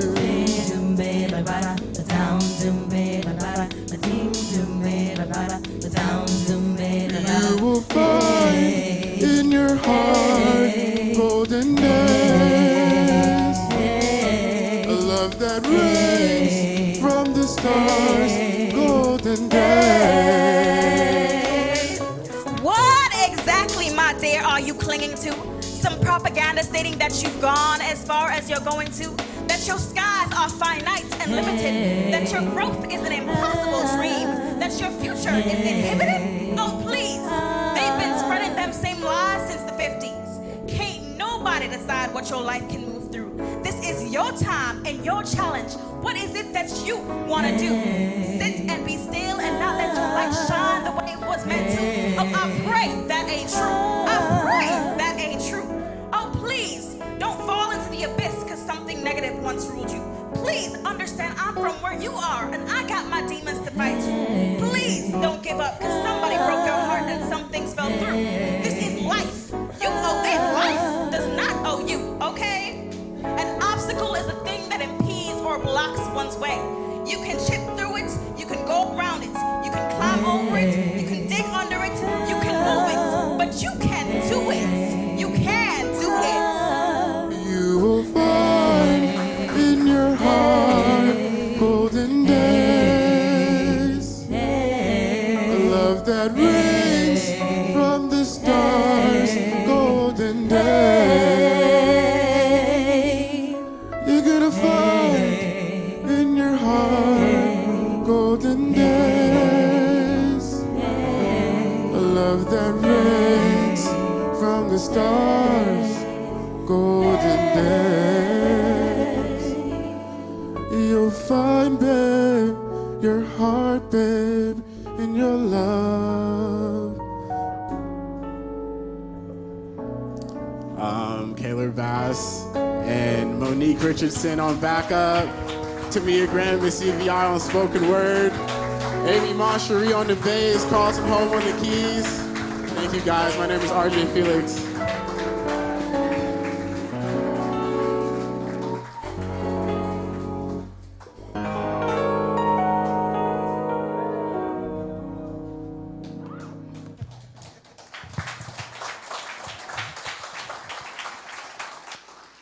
Thank you so much. That was fantastic. Thank you so much. Now we will have some brief remarks from our guests. First, I would like to call the Honorable Donna A. Fred Gregory to bring remarks.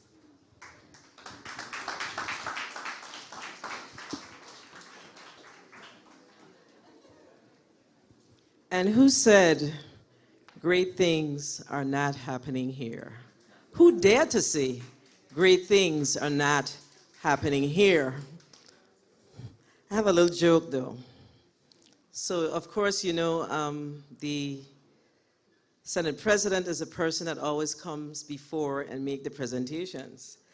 But I'll tell you, we have this guy by the name of President Hall, who is a very smart man.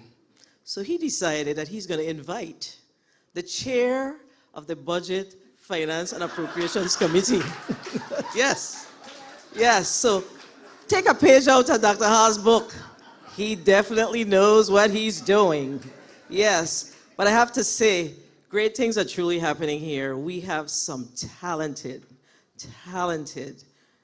individuals, young people in the U.S. Virgin Islands. There is no denying of that. So when we look around the University of the Virgin Islands and we see all that's happening from whence we come it, we know that there's much more work to do and we are all in for it. So good morning, everyone. Good morning to our Lieutenant Governor and good morning to Dr. Hall. Good morning, Dr. Hall. Of course, good morning. I learned that some of my colleagues are here.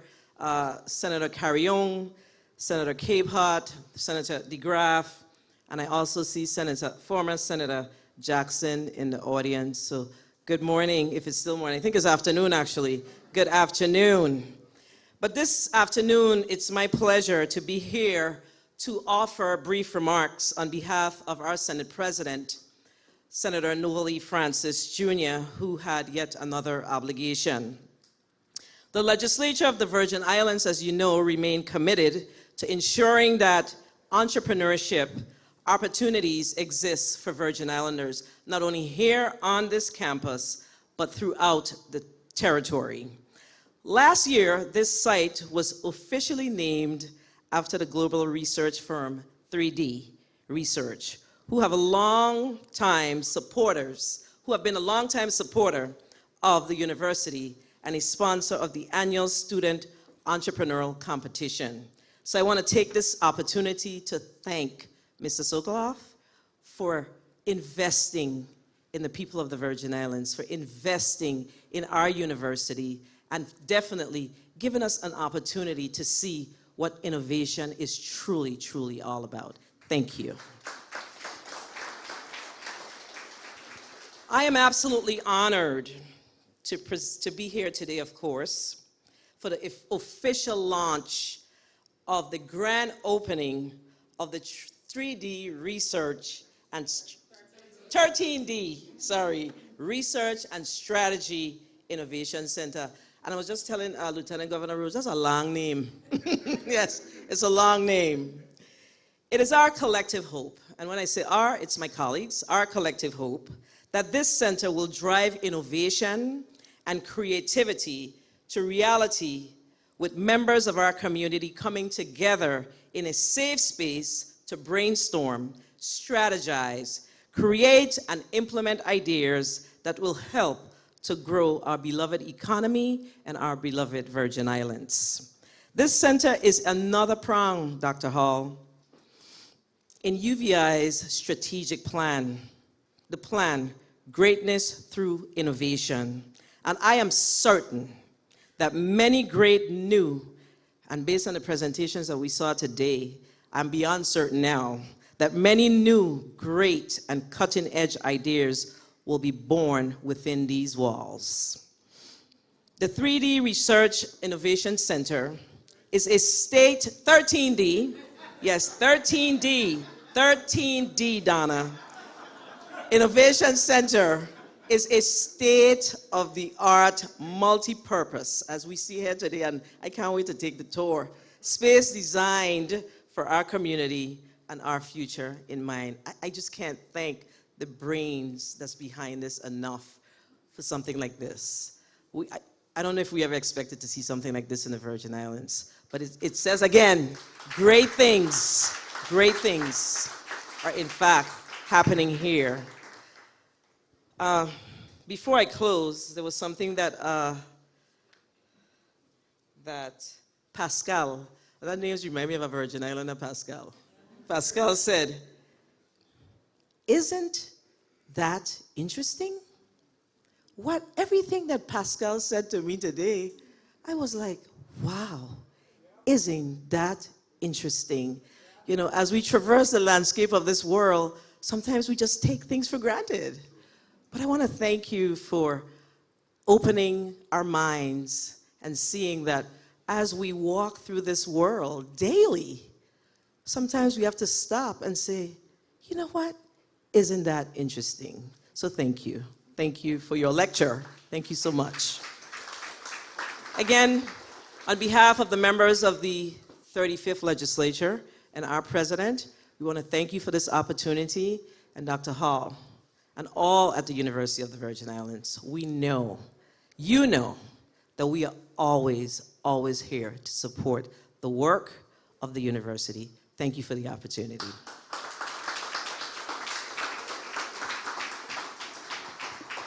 Thank you so much, Senator Fred Gregory. Now we will have some pre-recorded remarks from the Honorable Stacey E. Plaskett, Congresswoman for the USVI, Delegate to Congress.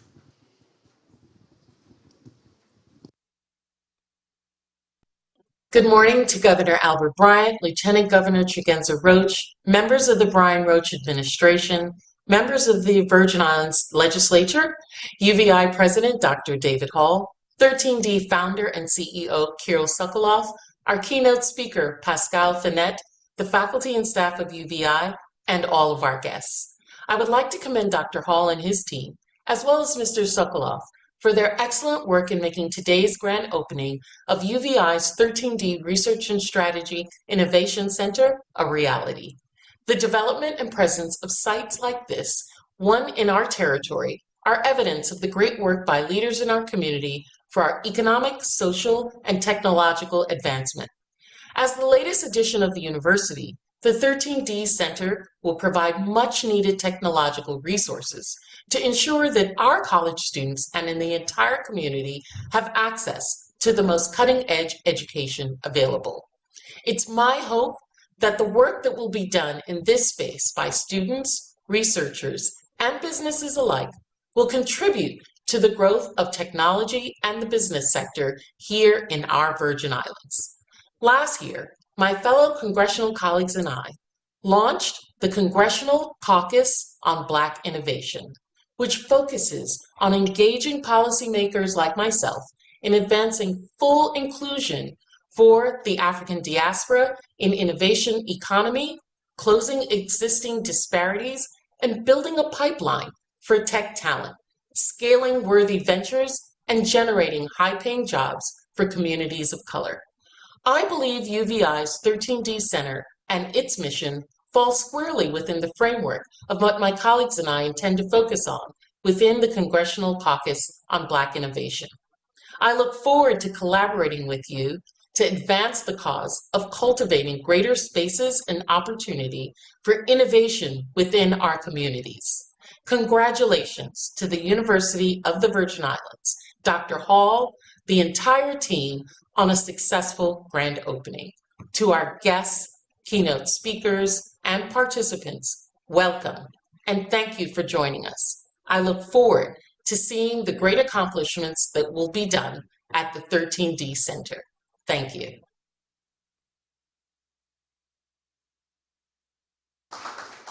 Thank you to the Honorable Stacey Plaskett and her team for sending those pre-recorded remarks.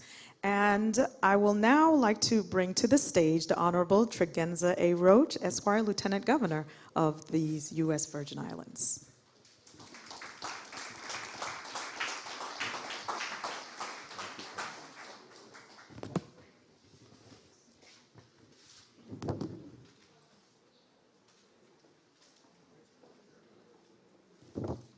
Good afternoon. Thank you, Mistress of Ceremony.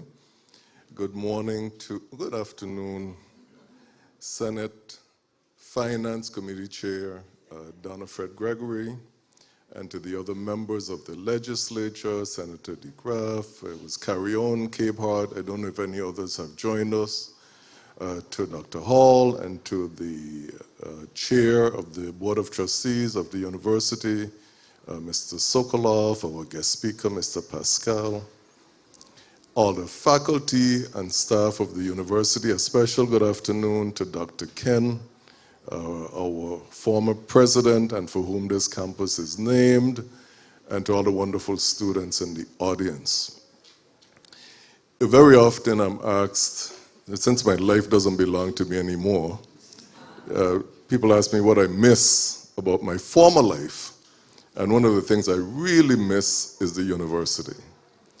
And everybody who teaches, I see some of my teachers in the audience, Ms. Smith, Ms. Henneman, anybody who teaches knows that every time you have the opportunity to teach, you learn, right? And this learning is just this constant process that we should be engaged in as a lifelong experience. And so I remember being at the very first 13D competition, and I learned from a student that an egg, which is marketed as being fresh, has traveled about 21 days before it reaches us. I never forgot that, right? The student told me and told us who were listening to her presentation that an egg takes about 21 days before we go to whichever one we shop at and pick up our fresh eggs to go home to cook, right? And the awarding of that student, she got an award to do an egg farm. And lots of other people have engaged in egg production since then. And of course, I always try to buy my eggs from them because at most they might be a couple of days old, right? Or maybe they were just late. So I really missed the opportunity to engage the students and the faculty of the university. And so I am always excited about returning. Now, I too, like Senator Fred Gregory, was really, really taken by all that was shared by the guest speaker and by Mr. I want to make sure I get your name correct. No, not Pascal. Purcell. Purcell. Good. Thank you so much for sharing.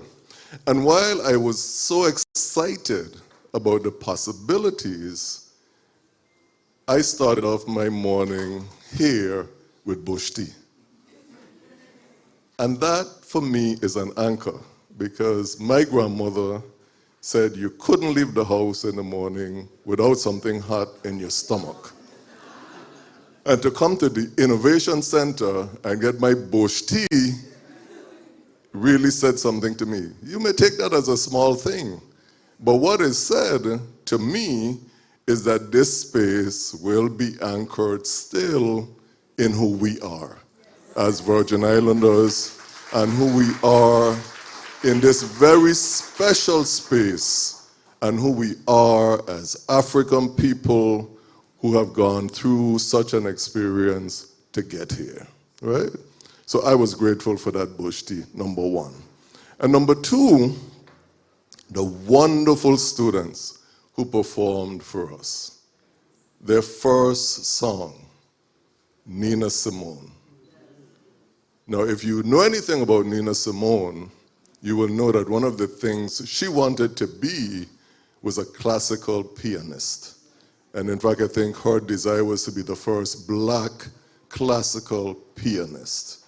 And when you listen to her story about how racism played a part in her not realizing that aspect of her dream, and if you know how she devoted her life to activism and to civil rights, not just for black people, not just for African people, but for all people.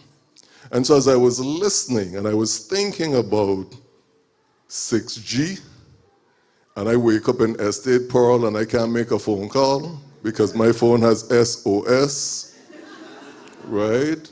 And I was thinking about the people who I was looking through the glass with the brooms in their hands, sweeping the floors.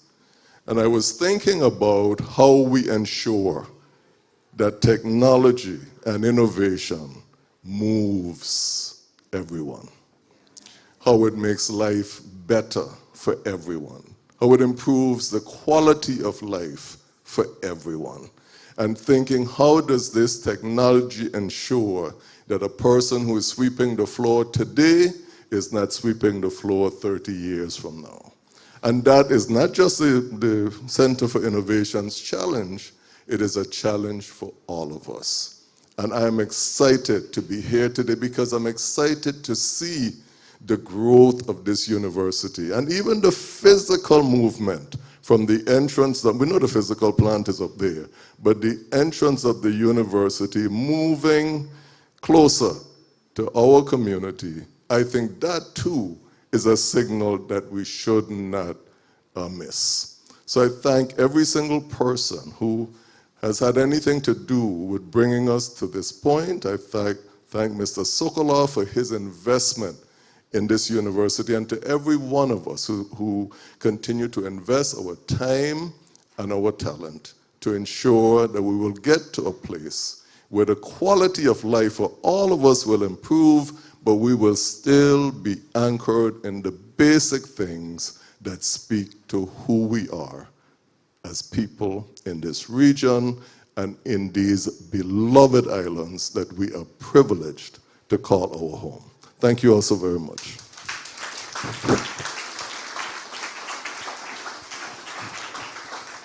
Thank you so much for those remarks. Okay, so I have a couple housekeeping items before I release you all. First, lunch is going to be served over on this side to your right. So some of you who are hungry right now can proceed to lunch. Others of you who would like a guided tour can see me. I will take the front 2 rows to the guided tour. And then I have my colleagues, Mr. George Francis and Ms. Jose James. Raise your hands. So you can go with either one of these young lady and young gentlemen to a guided tour. But you can feel free to self-tour as well, because in each space there is a professional person there who can tell you all about what's going on in the space. So you have choices. You can walk around and just kind of discover things, or you can come on a self-guided tour, or you can have lunch first, then do the tour. So you have lots and lots of options. I'd like to let you know that all of the art that you see on all of the walls are by a local artist. His name is Lucien Downs, and he is here today somewhere floating around. And the art is for sale. So if you are interested in any of the pieces, please see Mr. Downs, or you can tell me and I will get you to Mr. Downs. I want to again thank the foundation for your support in this endeavor. And now I will bring President Hall for some closing remarks.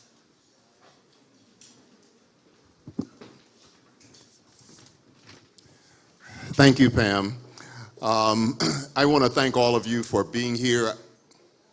The lights cannot go out now. We are bringing the light on, not turning it off. And I know we've kept you a while, but there are some individuals who I need to thank. I've thanked some of you already, but I still need to recognize some other individuals. First of all, please give a round of applause to all of our presenters, those who've given remarks.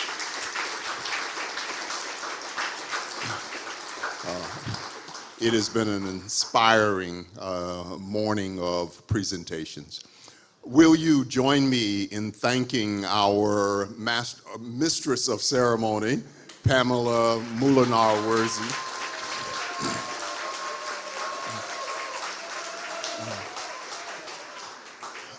But more importantly, I want to give you the brief story as to how she ended up here, because we did not have in our employee directory or in HR a position called Dean of Innovation and Student Success.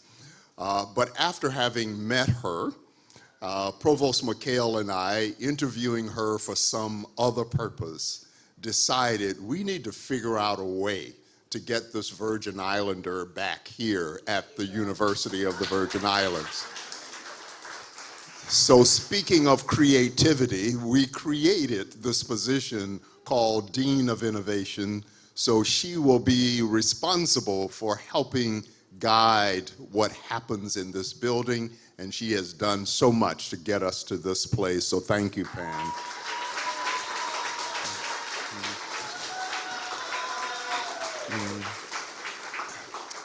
There's a lot of technology that you will see throughout this building. The ability, despite the clicker not working as quickly as we would like, there has been so much that our IT area has done to get us to this particular place. Our Vice President, Charlene Harris, and her entire team, if they are here, I'd like to thank them.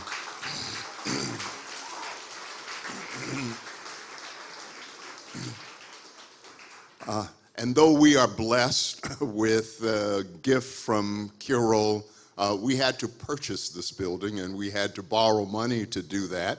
And we had to go through a very extensive process. I thank the board for their support in allowing us to do that. But our Vice President for Administration and Finance worked with me very closely as we went through the refinancing process and providing all of the documents necessary. VP Shirley Lake King is in the back, so we want to thank her. I mentioned our architect, Edmund Blaze. If he's still here, I'd ask that you thank him for his design. I saw one of the managers for Custom Builders who was here earlier. I don't know if Mr. Terry is here, but we have some employees from Custom Builders. We want to thank them. They did an excellent job. But our own physical plant and our own security office did a wonderful job, not only in getting the building functional, but also making sure you could park and do all of the other things. So please join me in thanking our physical plant.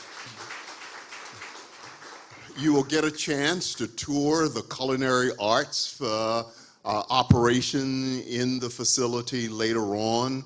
You should know that the culinary arts program is a part of CEL, and CEL has really expanded its growth over time. And Suzanne McGrath, I believe, is here in the back. We want to thank her. Chef Robles, who is the person who has guided our culinary arts program, and Wild Sage, the restaurant. You have a restaurant here on campus. And I have to create this side note, and it's no offense to those who had dinner with us last night, but I had the privilege yesterday of having brunch at Wild Sage and dinner at the Ritz. I go with Wild Sage. The meal was delicious. So please make sure you connect with Chef Robles. She is wonderful. I want to thank our deans of all of our schools and colleges. As I indicated, you will be able to experience some demonstrations from our School of Education.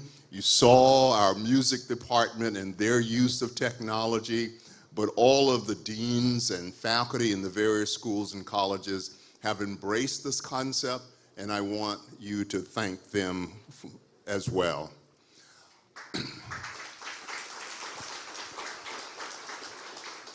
Media One, who we have used so often, this event is being live streamed, it's being recorded, and they have helped us with a lot of the internal technology, and so thanks to Media One. You will get some wonderful and tasteful food, and so we want to thank our caterers for providing that. And our caterers are Nibs Caterer.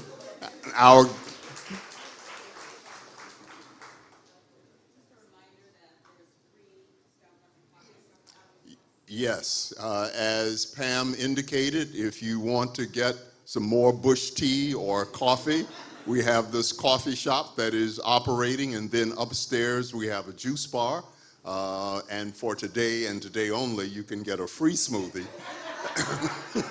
Going forward, you will have to pay for those smoothies and for your coffee. And finally, every president needs a group of individuals who will work closely with you to try to bring forth new ideas, and the cabinet of the president's cabinet of the university has worked so extremely closely with me in helping us shape this idea and helping us make sure it came to reality. And so I would ask that you help me in thanking all cabinet members who are here. If they could stand or wave, please give them a round of applause.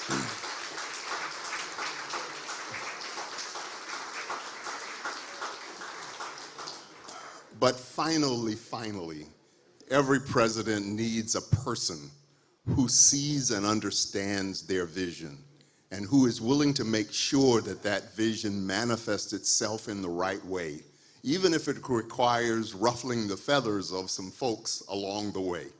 And I have been blessed for quite a number of years of having a director of presidential operations who gets me. She understands what I'm trying to do, and she is a guardian of that vision. And I am just very thankful for her, Thankful for the team in the President's office who works hard as well to bring these things into existence in a highly professional manner. So please join me in thanking Ms. Una Dyer,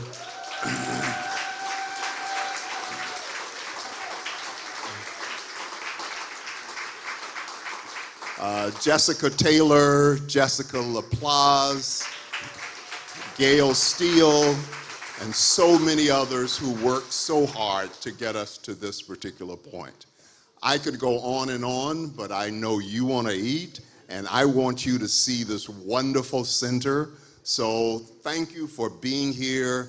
Enjoy the rest of the day. If I didn't introduce you or thank you, know that it comes from my head and not from my heart. Enjoy the rest of the day. God bless.